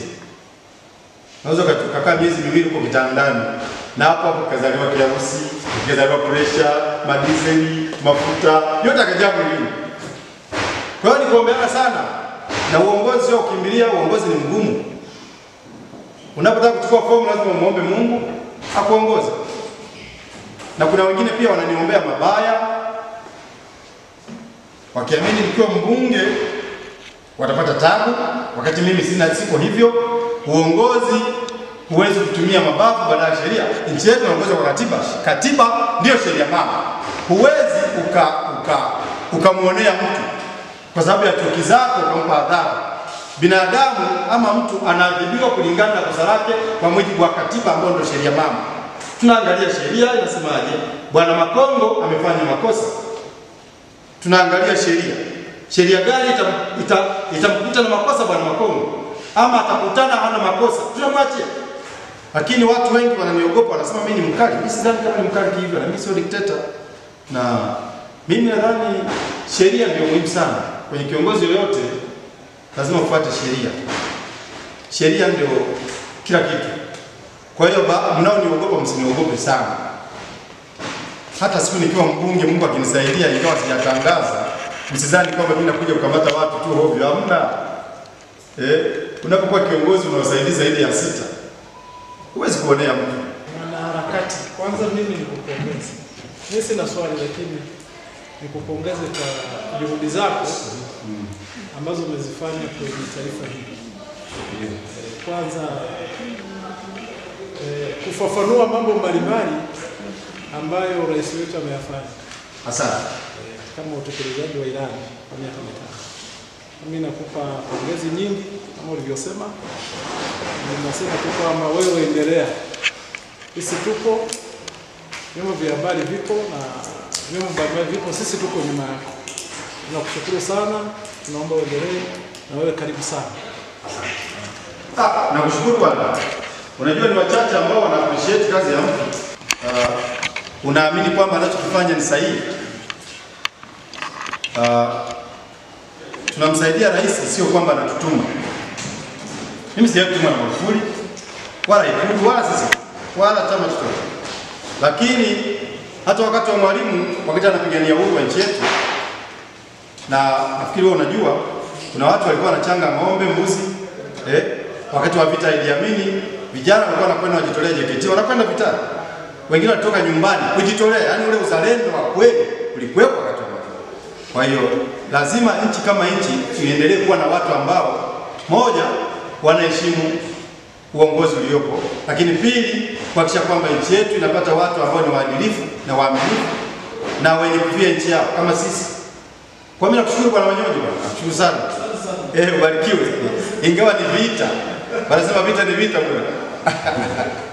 Asante bwana. Swala hili la kuingia kwa serikali ya awamu ya 5 chini ya Rais Dr. John Pombe Magufuli. Kabla ya hapo nikiri kwamba watu wa kanda ya Ziwa, kwa mfano watu wa kutoka mkoa wa Mara, ukitaka kwenda Dar es Salaam kipindi kile ulikuwa unapita Nairobi, au ukitaka kuja unapita Nairobi, lakini wale ndugu zetu wa kule Kagera walikuwa wanapita Kampala. Yaani kwamba ukitaka kwenda mji mkuu wa nchi yako unapita katika mji mkuu wa nchi jirani, kwa sababu barabara zilikuwa mbovu. Tukubali kama Magufuli ndiye alirekebisha barabara, na kipindi kile alisema ukitaka kwenda Mtwara unaenda na Tarunika. Na kweli siku hizi watu wanaona ni kweli hilo moja. Lakini kitu ambacho mimi ningependa kumpongeza pia ni hospitali ya mkoa wa Mara, Mwalimu Nyerere Memorial Hospital. Mimi pia ni mkazi wa mkoa wa Mara na mkulima wa pamba, mtoto wa mkulima wa pamba. Tumekatwa fedha nyingi sana kujengea hiyo hospitali. Wametuibia pesa nyingi sana. Lakini ndani ya kipindi cha miaka haijakamilika 5 na mimi nilikuwa miongoni mwa watu walioshuhudia ile jengo pale siku tulimefika pale.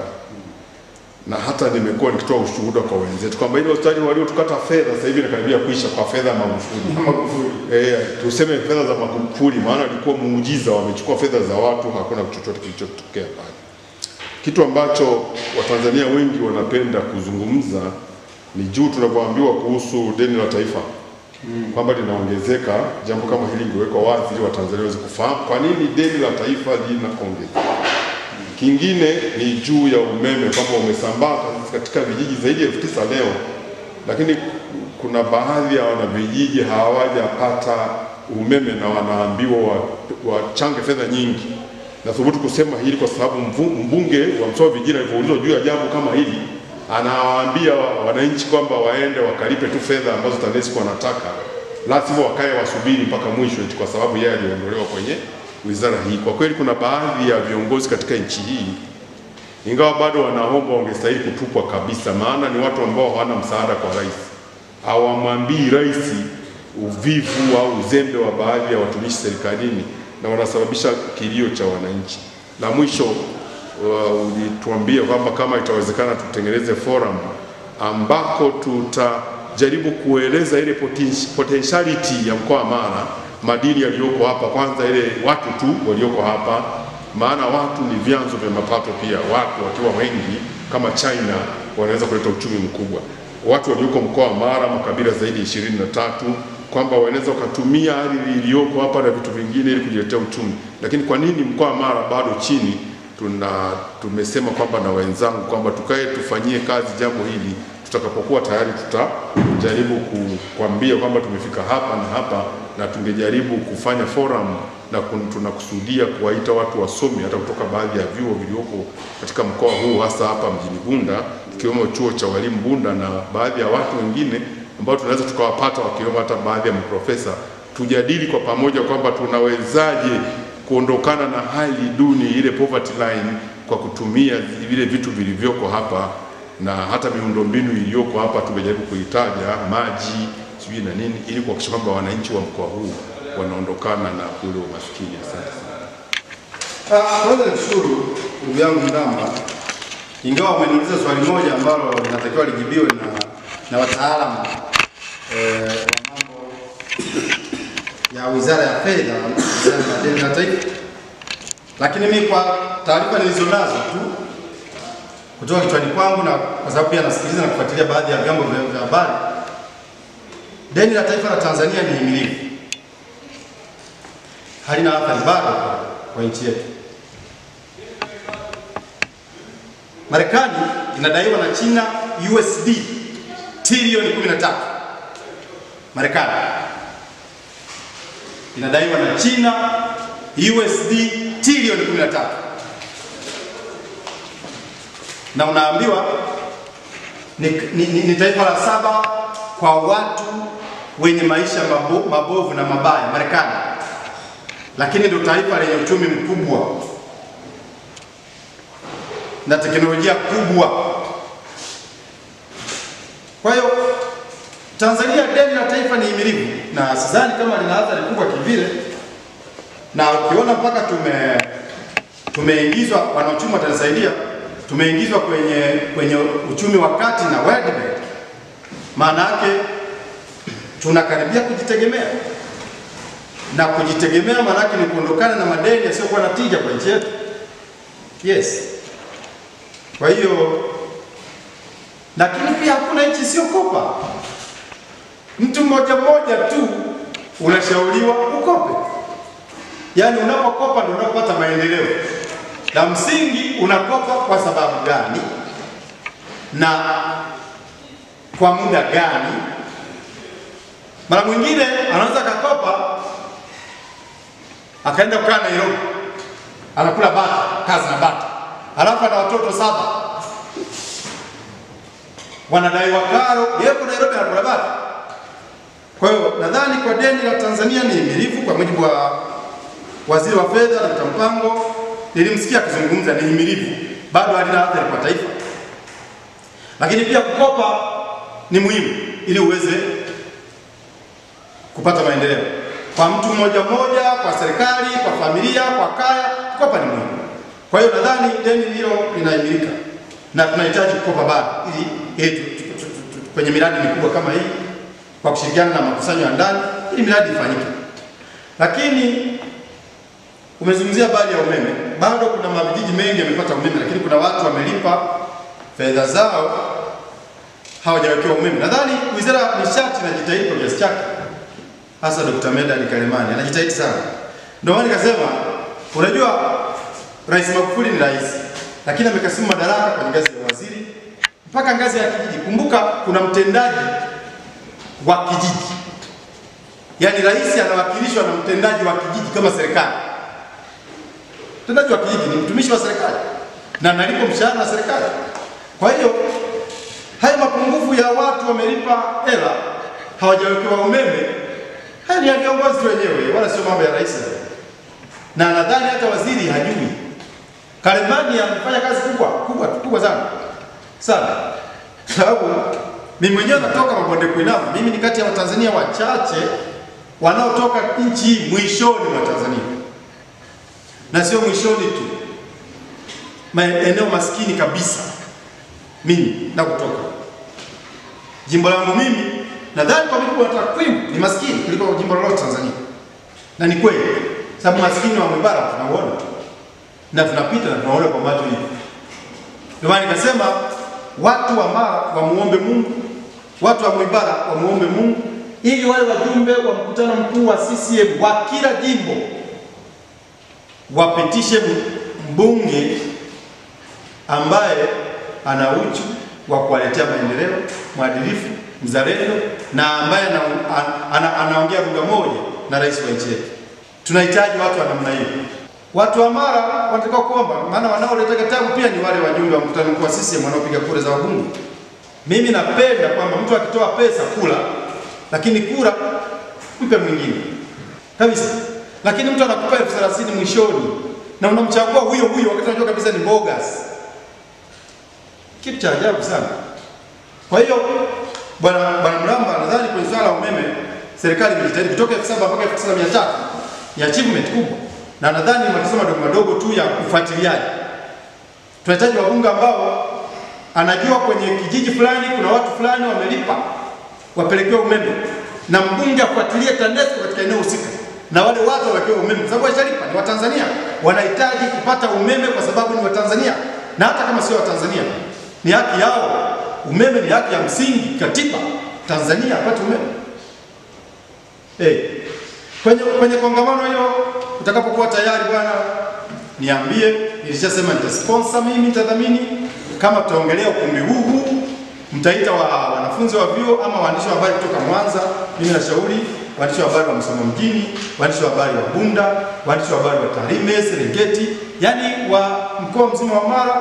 Mnakaribisha labda na Simiyu, jirani zenu, mnakaribisha na Mwanza, majirani zenu, mnakaribisha wasomi, maprofesa, wakuu wa wilaya, kwa mkoa atakayekubali, wakurugenzi na nini, mnakuja kujadili, mna brainstorm cha kufanya katika mkoa wetu kwenye mambo mbalimbali ya maendeleo ya mkoa wetu.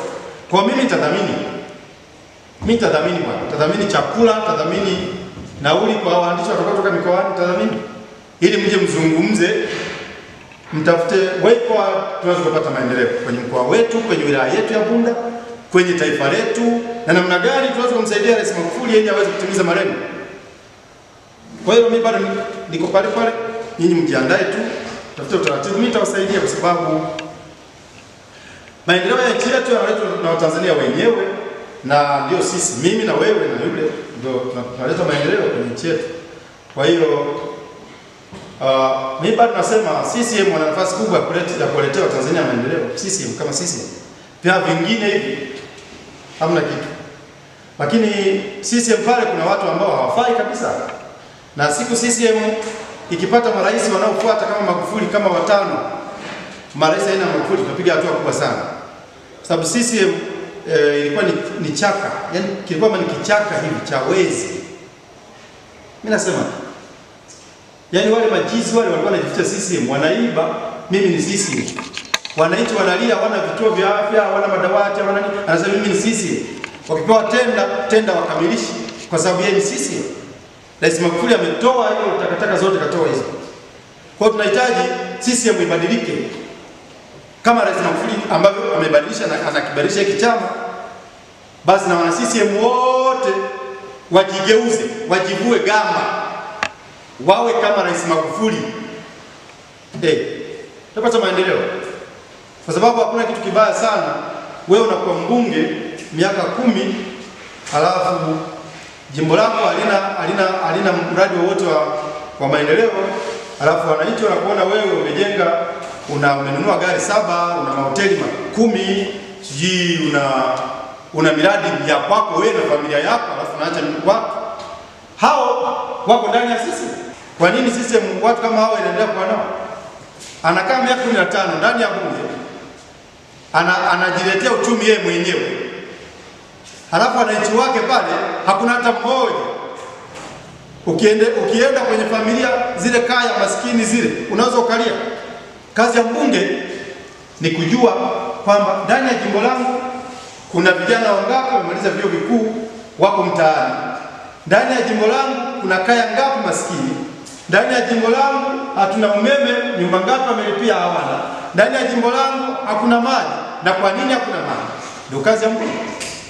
Kwa hiyo sisi wanayo nafasi kubwa ya kusaidia nchi yetu kupata maendeleo, na wakibadilika wakawa na sheria kali za kuhusu wanachama wao, nchi itapiga hatua kubwa sana.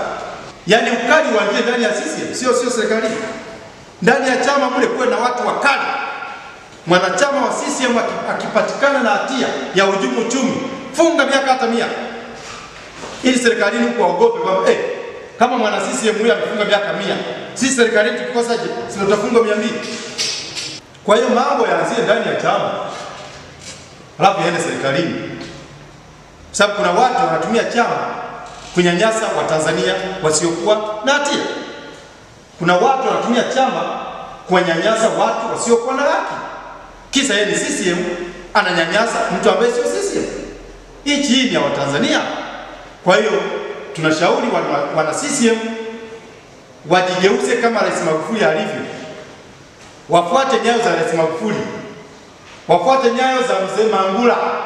Mzee Mangula ni mkulima, ni makamu wa CCM wa miaka mingi, lakini ni mkulima tu.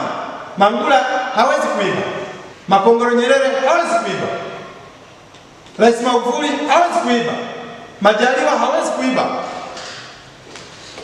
Wala Bashiru hali hawezi kuiba. Sababu wale ni wazalendo mno. Sasa wanachama wote wa CCM waige mfano wa hao viongozi. Na kuchukia ufisadi na rushwa ianzie ndani ya CCM, sio ndani ya serikali. Kwa sababu wabunge wengi wanakwenda kuomba ubunge, anakwenda kuomba ubunge kufanya biashara zake, kuhalalisha biashara zake haramu, kutofanywa chochote. Sasa hiyo haitakiwi. Tunahitaji kuwa na wabunge ambao ndo wanazaa mawaziri waadilifu sana na waaminifu sana. Kwa hiyo ndani ya chama kuna mabadiliko makubwa yapo, chama kimefanya mabadiliko makubwa, lakini bado, na mimi nasema kwa nini bado kuna wabunge wanaonekana kabisa ni feki na hawajaleta maendeleo ndani ya majimbo yao, lakini wanang'ang'ania tena kwa wabunge wakati kwenye majimbo yao ni west. Sasa mbunge kama huyo wa nini? Yaani inatakiwa kuwa na sheria ndani ya sisi. Wanafanya tathmini katika kila jimbo. Wanaangalia kwenye jimbo hili la bwana Okello. Miaka 15 au 10 kakaa hakuna chochote. Halafu tena mbunge huyo anasema nitachukua fomu ya ubunge. Sasa CCM wangefaje? Yaani wabunge wote ambao wameonekana wanafanya lolote wangechinjwa huko wala hakuna cha kusema kwamba eti kachukue fomu. Wangeitwa tu pale na katibu mkuu wa CCM anawaambia bwana, sikiliza, wewe jimboni kwako tumefanya tathmini, haujafanya chochote, wewe bwana hata fomu usichukue. Basi full stop. Black and white. Lakini unamwacha mtu ambaye pengine ni fisadi, ni mwizi. Jimbo limemshinda, anakuja kuchukua fomu, anayo pesa ya kuwaomba wale wajumbe wanaopiga kura. Ukienda kumkata kule, kaishaomba watu huku jimboni wana mkatia huko. Alafu anatumia pesa yake ile, anakuja kuwaomba wananchi, anavuruga humo, yani inakuwa ni vurugu mechi. Lakini wakati rais anavunja bunge tu, chama kinakuwa kimeshajua kwamba huyu bwana Makongo kwa kweli kwa tathmini yetu tumeshajua kwamba bwana Makongo hana sifa ya kuwa mbunge kwa miaka inayokuja. Kwenye party caucus ya chama unaambiwa tu pale rais kashavunja bunge. Bwana Musiba, tumekaa miaka 10, tumefanya tathmini na wananchi hawakutaki, umefanya mambo yako bila kuletea wananchi maendeleo, ndugu yangu wewe usichukua hata fomu. Full stop. Yaani hapo tu. Lakini unamwacha mtu eti ni mbunge, eti mstaafu, ambaye ameharibu kabisa jimbo na ameharibu chama, unamruhusu na achukue fomu. Unaleta mgogoro. Yaani ukimkata kule juu anakuja huko anaonga hela, waliokupitisha wewe anaanza kuhujumu tena wewe. Unaona sasa hiyo? Kwa hiyo watu kuanzia madiwani pigwa chini ambao wamefanya vibaya, wabunge piga chini, kama ambavyo madisi wanapigwa, kama ambavyo wakuu wa mikoa wanapigwa, kama ambavyo mawaziri wanapigwa, kama ambavyo makatibu wakuu wanapigwa, na wabunge unaambiwa sasa wewe bwana Makongo, kama ni Makongo tumekupa ubunge, haujaleta hata maji bunda, unataka uchukue fomu tena tukisa na hela ya kina mgongo ya ubunge, mnamchinjia huko juu kwa juu. Kama na chama kingine amie huko, atajua mwenyewe yeye na familia yake. Sasa ameshaiba vya kutosha bwana, aende huko akatumia hizo hela zaidi. Kwa hiyo iko shida. Chama cha Mapinduzi kinayo nafasi ya kuwaletea watu maendeleo kama alivyofanya Rais Magufuli. Maana mimi wasiwasi wangu Rais Magufuli atakapoondoka, ni wasiwasi wangu mimi kama binadamu, itakuwaje? Maana watu wameshaanza kufanya mikakati ya kupata rais ajaye. Sasa hivi tunavyoongea na nyinyi, itakuwaje? Je, sisi waanga kina Musiba ambao tunatafutwa leo usiku na mchana kwamba Rais Magufuli akistaafu tu tunanyongwa, tutakuwa salama? Kama tumeharibu madili ya watu, tumesababisha watu wamefukuzwa, jamani, sio sisi, tutakuwa salama? Yaani kuna watu wana visasi. Mpaka sasa hivi kuna watu wana visasi. Kwa hiyo nafikiri chama kijaribu kubadilisha tu kwamba mtu anayeharibu kwenye chama aondolewe, awe katibu wa chama, awe mwenyekiti wa chama, awe katibu kata yule wa kata wa chama, awe sijui wa tawi, fukuza tu kama ameshaharibu. Kuna sababu ya kulelea. Hasa mtu ana miaka 30 ndani kwenye ubunge, jimbo lake halina hata maji, ana miaka 30, na maana kwa mbunge kwenda kupambana shida za wale wananchi wako. Alafu yule mbunge anachukua tena fomu, ana milioni 500 ya kustafia. Haya, mmejitokeza watu 8, nyinyi hamna hela. Anakuja kuomba wajumbe wote milioni 1 ni milioni ngapi? Sasa milioni 500. Kwa mfano jimbo lina watu 500. Anastafia milioni 400, alishaiko kwa na bilioni 6. Sasa ndio kwa milioni 1 hivi mjumbe wa CCM kumpa milioni 1. Nyinyi ambao mnashindana nayo kuna watu watawaona. Basi CCM iangalie mambo mengi, inaweza kubadilisha. Kwa sababu viongozi wazuri hawana hela. Viongozi wabovu wana hela. Ndio maana unakuta nchi yetu au Chama cha Mapinduzi kinakosa watu wazuri kwa sababu wengi hawana hela. Wenye pesa ndio wanapata ubunge. Tena sio kupata ubunge, wanakushughulikia hata kushughulikia. Unaweza kujikuta hata kula umeshakutia maroni na mapingu. Sio mchezo. Kwa unakuta vijana wenye mawazo ya kuwa madiwani, vijana wadogo wasomi, wanaogopa kwa sababu hawana hela. Anapambana na diwani la miaka 60 lina milioni 70 naenda kule kwenye kata yake moja. Kwa katika wale wajumbe waliopiga kura, anawapa labda laki tatu. Huyu diwani mwenye miaka 30 anataka udiwani, atashindana naye. Mimi Msiba namiliki magazeti. Kwa siku nakusanya 50,000 per day. Nitashindana na mstaafu anayetoka bungeni kule ameshapata mahela, ameshapata waziri na nani, tutashindana naye vipi? Si haya magazeti yatakufa, tutakushindana naye. Na wafanyakazi wote watakimbia ofisi. Kwa hiyo CCM ilikuwa inachukua hivi. Kama kuna mtu kwanza imeshafanya tathmini kwamba na utafiti katika jimbo fulani huyu mbunge hajafanya lolote. Unakatia kule wala hamna swala la kuja huku. Unamwambia usichukue tu fomu bana. Unapoteza muda basi. Lakini wanavyoruhusu wanakuja kuchukua fomu. Mbunge ana miaka 30 bado anaendelea anataka kuwa mbunge na wengine wanamiliki kusema jimbo ni la kwangu. Nimeshika mkononi utafikia alizaliwa nalo. Nina uwezo wa kununua wananchi wote. Hivi mtu anasema hivyo bado ana nani? Kwa sababu sasa kwenye hapo unakuja kupata rais ajaye tena. Lakini mtu ana miaka 85 anataka kuwa mbunge. 85. Mtu ana miaka 87. Utazani nchi ya mzaliwa mwenyewe. Jamani, sijataja mtu na wala sijasema na sura mbaya. Maana aliyekuwa na sura mbaya alikuwa Dr. Lemi ni marehemu. Na mimi sijataja mtu kwamba ana miaka 85 na sura mbaya kama jiwe. Aliyeshinda sura mbaya alikuwa ni marehemu Dr. Lemi Ongala. Bwana, nashukuru bwana. Makongo nalo mimi kuongeze vile vile kwanza kwa ujasiri wako. Kwa ujasiri wako kwa mwazi na kwa mambo hadharani bila kuhudumia maneno. Pili, nikupongeza uliyosemea rais wetu. Maana kwa nafasi yake alikuwa mzee kupiga hela. Sasa una hao leo ambao tunasemea tunafanya jambo jema sana, tushukuru sana. Vile vile mshukuru rais wetu Magufuli kwa jinsi alipeleka nchi hii katika hali ya usalama zaidi. Na kuibana mambo mengi sana, utumishi hewa, nini, yote tupilia mbali. Namshukuru sana. Asante. Asante bwana Makongo. Ujasiri nimeufanya hata kwako. Tunakumbuka tunavyokujibugi ovyo wakati mwingine. Mimi huwa siogopi mtu. Na mimi sio kama ninapokujibu ovyo brother. Ndivyo nilivyo. Yaani napenda tu tunyoke hivi. Mimi ni mtu mzuri mwenye roho nzuri sana. Na Magufuli ana roho nzuri sana. Magufuli anamdefine wakati mwingine mkali, lakini yule mzee ana roho nzuri mno. Sema wamjui tu. Nadhani kati ya wazazi wenye roho nzuri sana Magufuli yumo. Sema ni mkali sana kwenye mambo ya msingi. Sasa mtu akishamtumbua mtu, huyu aliyetumbuliwa mkewe, familia wote wanamchukia. Wanakasirika. Kwa nini?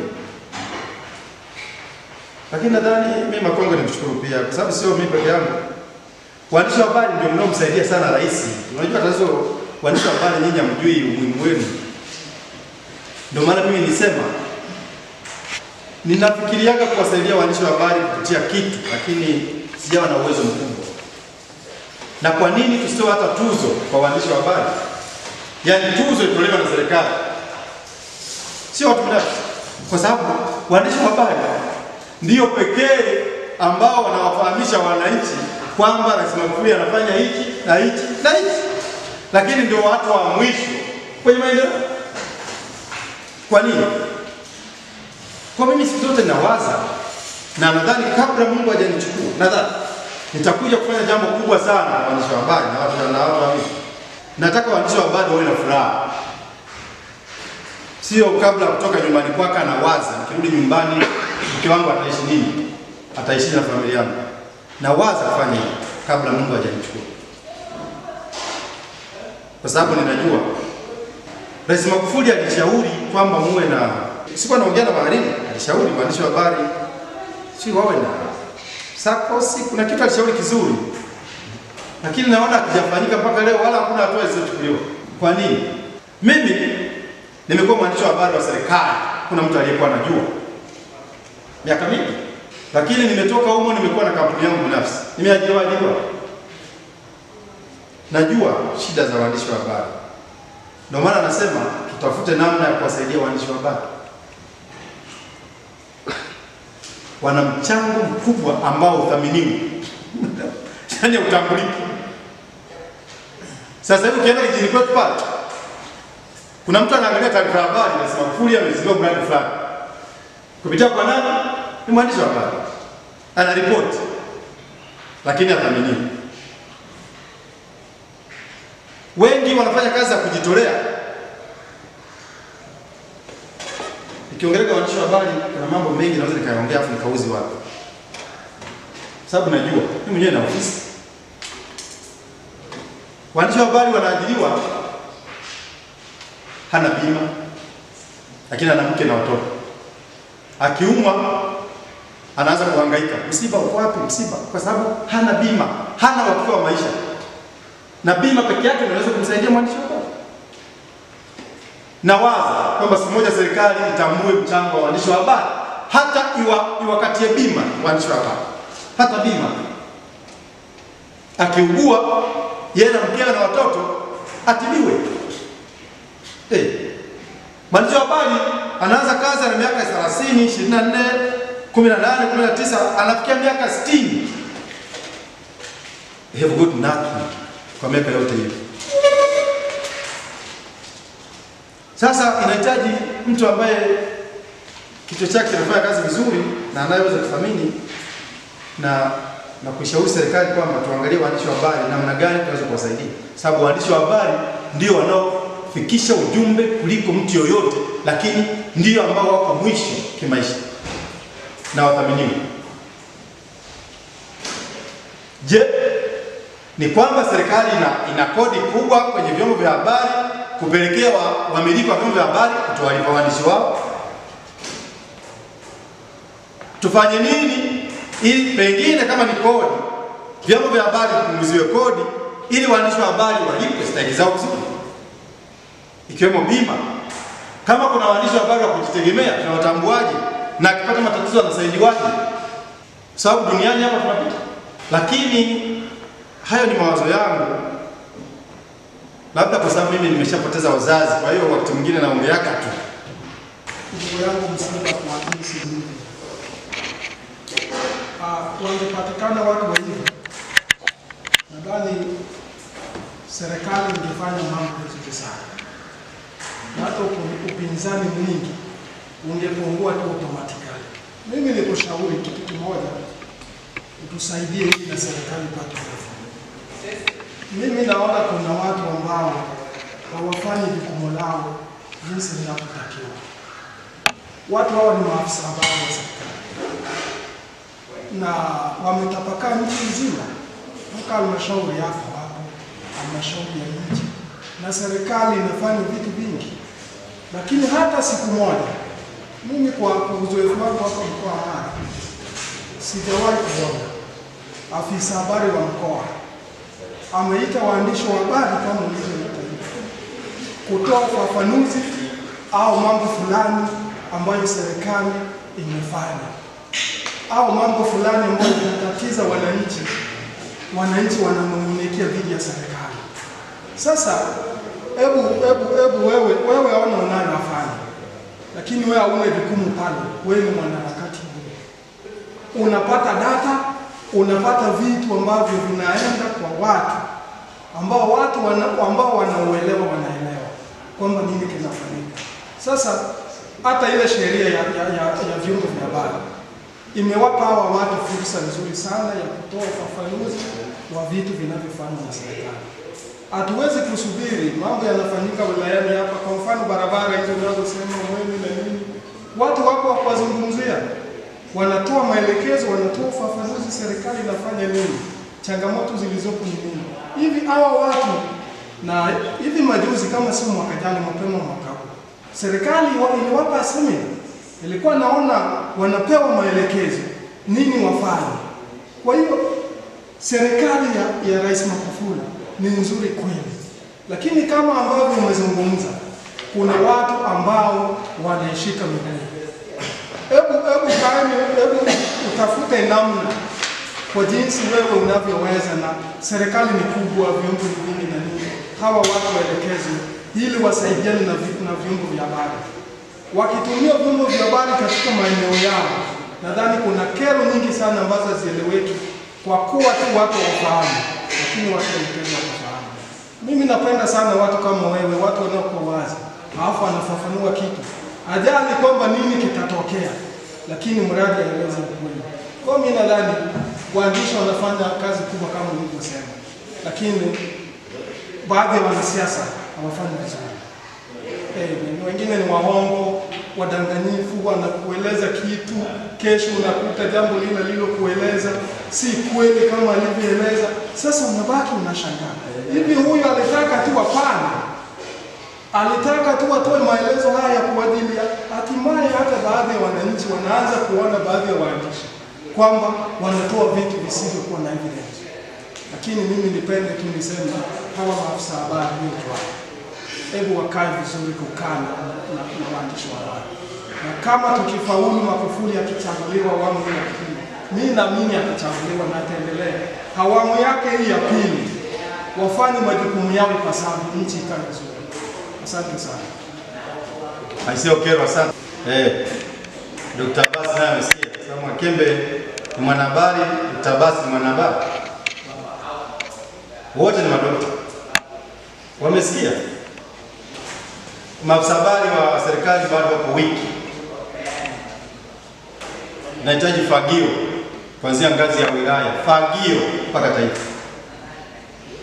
Halafu natangaza ajira upya kwa maafisa habari kuanzia ngazi ya wilaya mpaka taifa. Kwa maana mawazirani humo wako wengi sana. Unakuja afisa habari pia kujieleza hata sentensi mbili. Hujui kufafanua kama walisema kule mfanya nini hata kwa mistari mitatu uwezi. Halafu ina afisa habari wa wilaya au wa mkoa au wa halmashauri. It's nonsense. Kwa hiyo Mwakembe amesikia na Abbas amesikia. Waombe kama wakirudi wakateuliwa kuwa tena hizo nafasi wasaidie maafisa habari. Lakini nadhani wako wiki na mimi nakuunga mkono. Maafisa habari wa serikali wana matatizo makubwa, pamoja na masemina, mapesa mengi wanatumia, bado hali ni ile. Miradi aliyofanya Rais Magufuli ni mikubwa na ni mingi na ina maslahi na nchi yetu, lakini huwezi kusikia mtu yuko na Chingwea au yuko Bunda anaelezea kwamba Magufuli amefanya 1, 2, 3. Ni wajibu wake, lakini hawezi kueleza. Sasa inahitaji mkono wa chuma. Ndio maana nasema Magufuli anahitaji kuwa na watu ambao wanakwenda naye akili moja. Kama rais ni chuma na waziri naye awe chuma, katibu mkuu awe chuma, kwenye wilaya na vyuma huko. Yaani mtu akileta ujinga mzee, kuna evidence, kuna ushahidi, unamfanya. Hakuna sababu ya kumwonea huruma. Lakini kweli maafisa habari wa serikali wako wiki kweli. Na wamemwangusha Mheshimiwa Rais 100%. Asante Okero, asante sana. Tumalizie kwa hili ambalo niligusa. Hili la bima. Kwa kuwa umeliona Mheshimiwa, katika wilaya ya Bunda kuna vyombo 6. Kuna vyombo 6, niseme vyombo 6. Tunakuomba usaidia hata bima iliyoboreshwa. Bima iliyoboreshwa ni shilingi 30,000 kwa mwaka. Kweli? Mimi nikuombe tu kwamba waandishi wa habari kwa ngapi? Vyombo viko 6. Lakini kuna vyombo viwili redio. Sasa redio hapo wanazidi kidogo. Lakini sisi mmoja kujumlisha hivi vyombo viwili tunaweza tukazidi hata tufanye tathmini, lakini vyombo viko 6. Okay. Mimi naomba tu kwamba utakavyoona kama inafaa unaweza kuanza na vyombo 6 kwa sababu kwanza wewe mwenyewe umetoa masikitiko yako kwamba mwenzetu aliugua, na ni kweli Makongo aliugua sana, lakini tulikosa kabisa msaada kwa mwenzetu. Lakini kama angelikuwa na ile bima iliyoboreshwa tu ya sasa hivi 30,000, kiasi fulani angepunguza mgogoro. Kwa hiyo tukuombe utusaidie hata tuanze hivi vyombo 6. Utaona jinsi utakavyolifanya wewe. Sawa. Mimi nitawasaidia hata kesho. Kwa hiyo andikeni vizuri, waandishi majina yao, aina ya bima na kiasi cha pesa. Si mnakatia hapa tunataka. Siku hizi si wilayani tu mnamaliza. Hii ya wilayani. Ndio boresho. Ndio boresho. Kutoka 10 na sasa ni 30. Nitawasaidia bwana. Fanyeni tuandikeni waandishi wote wa hapa. Kwa hiyo sasa tunaweza kutibiwa mpaka mkoani. Hata kuganda tunatibiwa. Basi andikeni, mimi nitawasaidia. Mimi ndani ya benki afu mwenzako ana shida, simsaidie. Huyo mtu ni muuaji. Kwa sababu mimi naamini mimi ninapokuwa na ofisi, yani ofisi hiyo, mimi Mungu amenipa tu uwezo wa kuwa na ofisi, lakini wanaonufaika ni wewe, Makongo na nani, ndio hivyo. Yani Mungu hawezi kuwapa wote mkawa na hela au na ofisi, lakini wewe kuwa na hela au na ofisi ili wenzako wanufaike, ndio definition yake. Yani mtu atumie ofisi yako wewe kuishi na familia yake na afya yake iwe nzuri. Mimi nina nia njema sana na watu. Mimi sijui Mungu, lakini nafikiri Mungu kwa maana pia ananisaidia kwa sababu mimi naamini kwamba kusaidia tu napata baraka. Lakini mimi pia ni binadamu, nina mapungufu mengi. Wako watu wanaonilaumu sana. Wananilaumu sana kwamba nina mapungufu. Lakini hakuna binadamu asiye na mapungufu. Wote na mapungufu, wote. Lakini mapungufu yenyewe ni ya namna gani? Kwa swala la kusaidia waandishi wa habari, mimi wewe andika tu kwa sababu niko hapa Bunda muda mrefu. Nitawakabidhi hata mkitaka mbele ya waandishi wa habari, nitawakabidhi hiyo hela, mnaenda kulipa, mnaanza kutibiwa. Hayo ni mambo ya msingi sana mnaongea. Afya kwanza. Makongo alikuwa ameyumba, sasa hivi nashukuru sasa hivi amenenepa.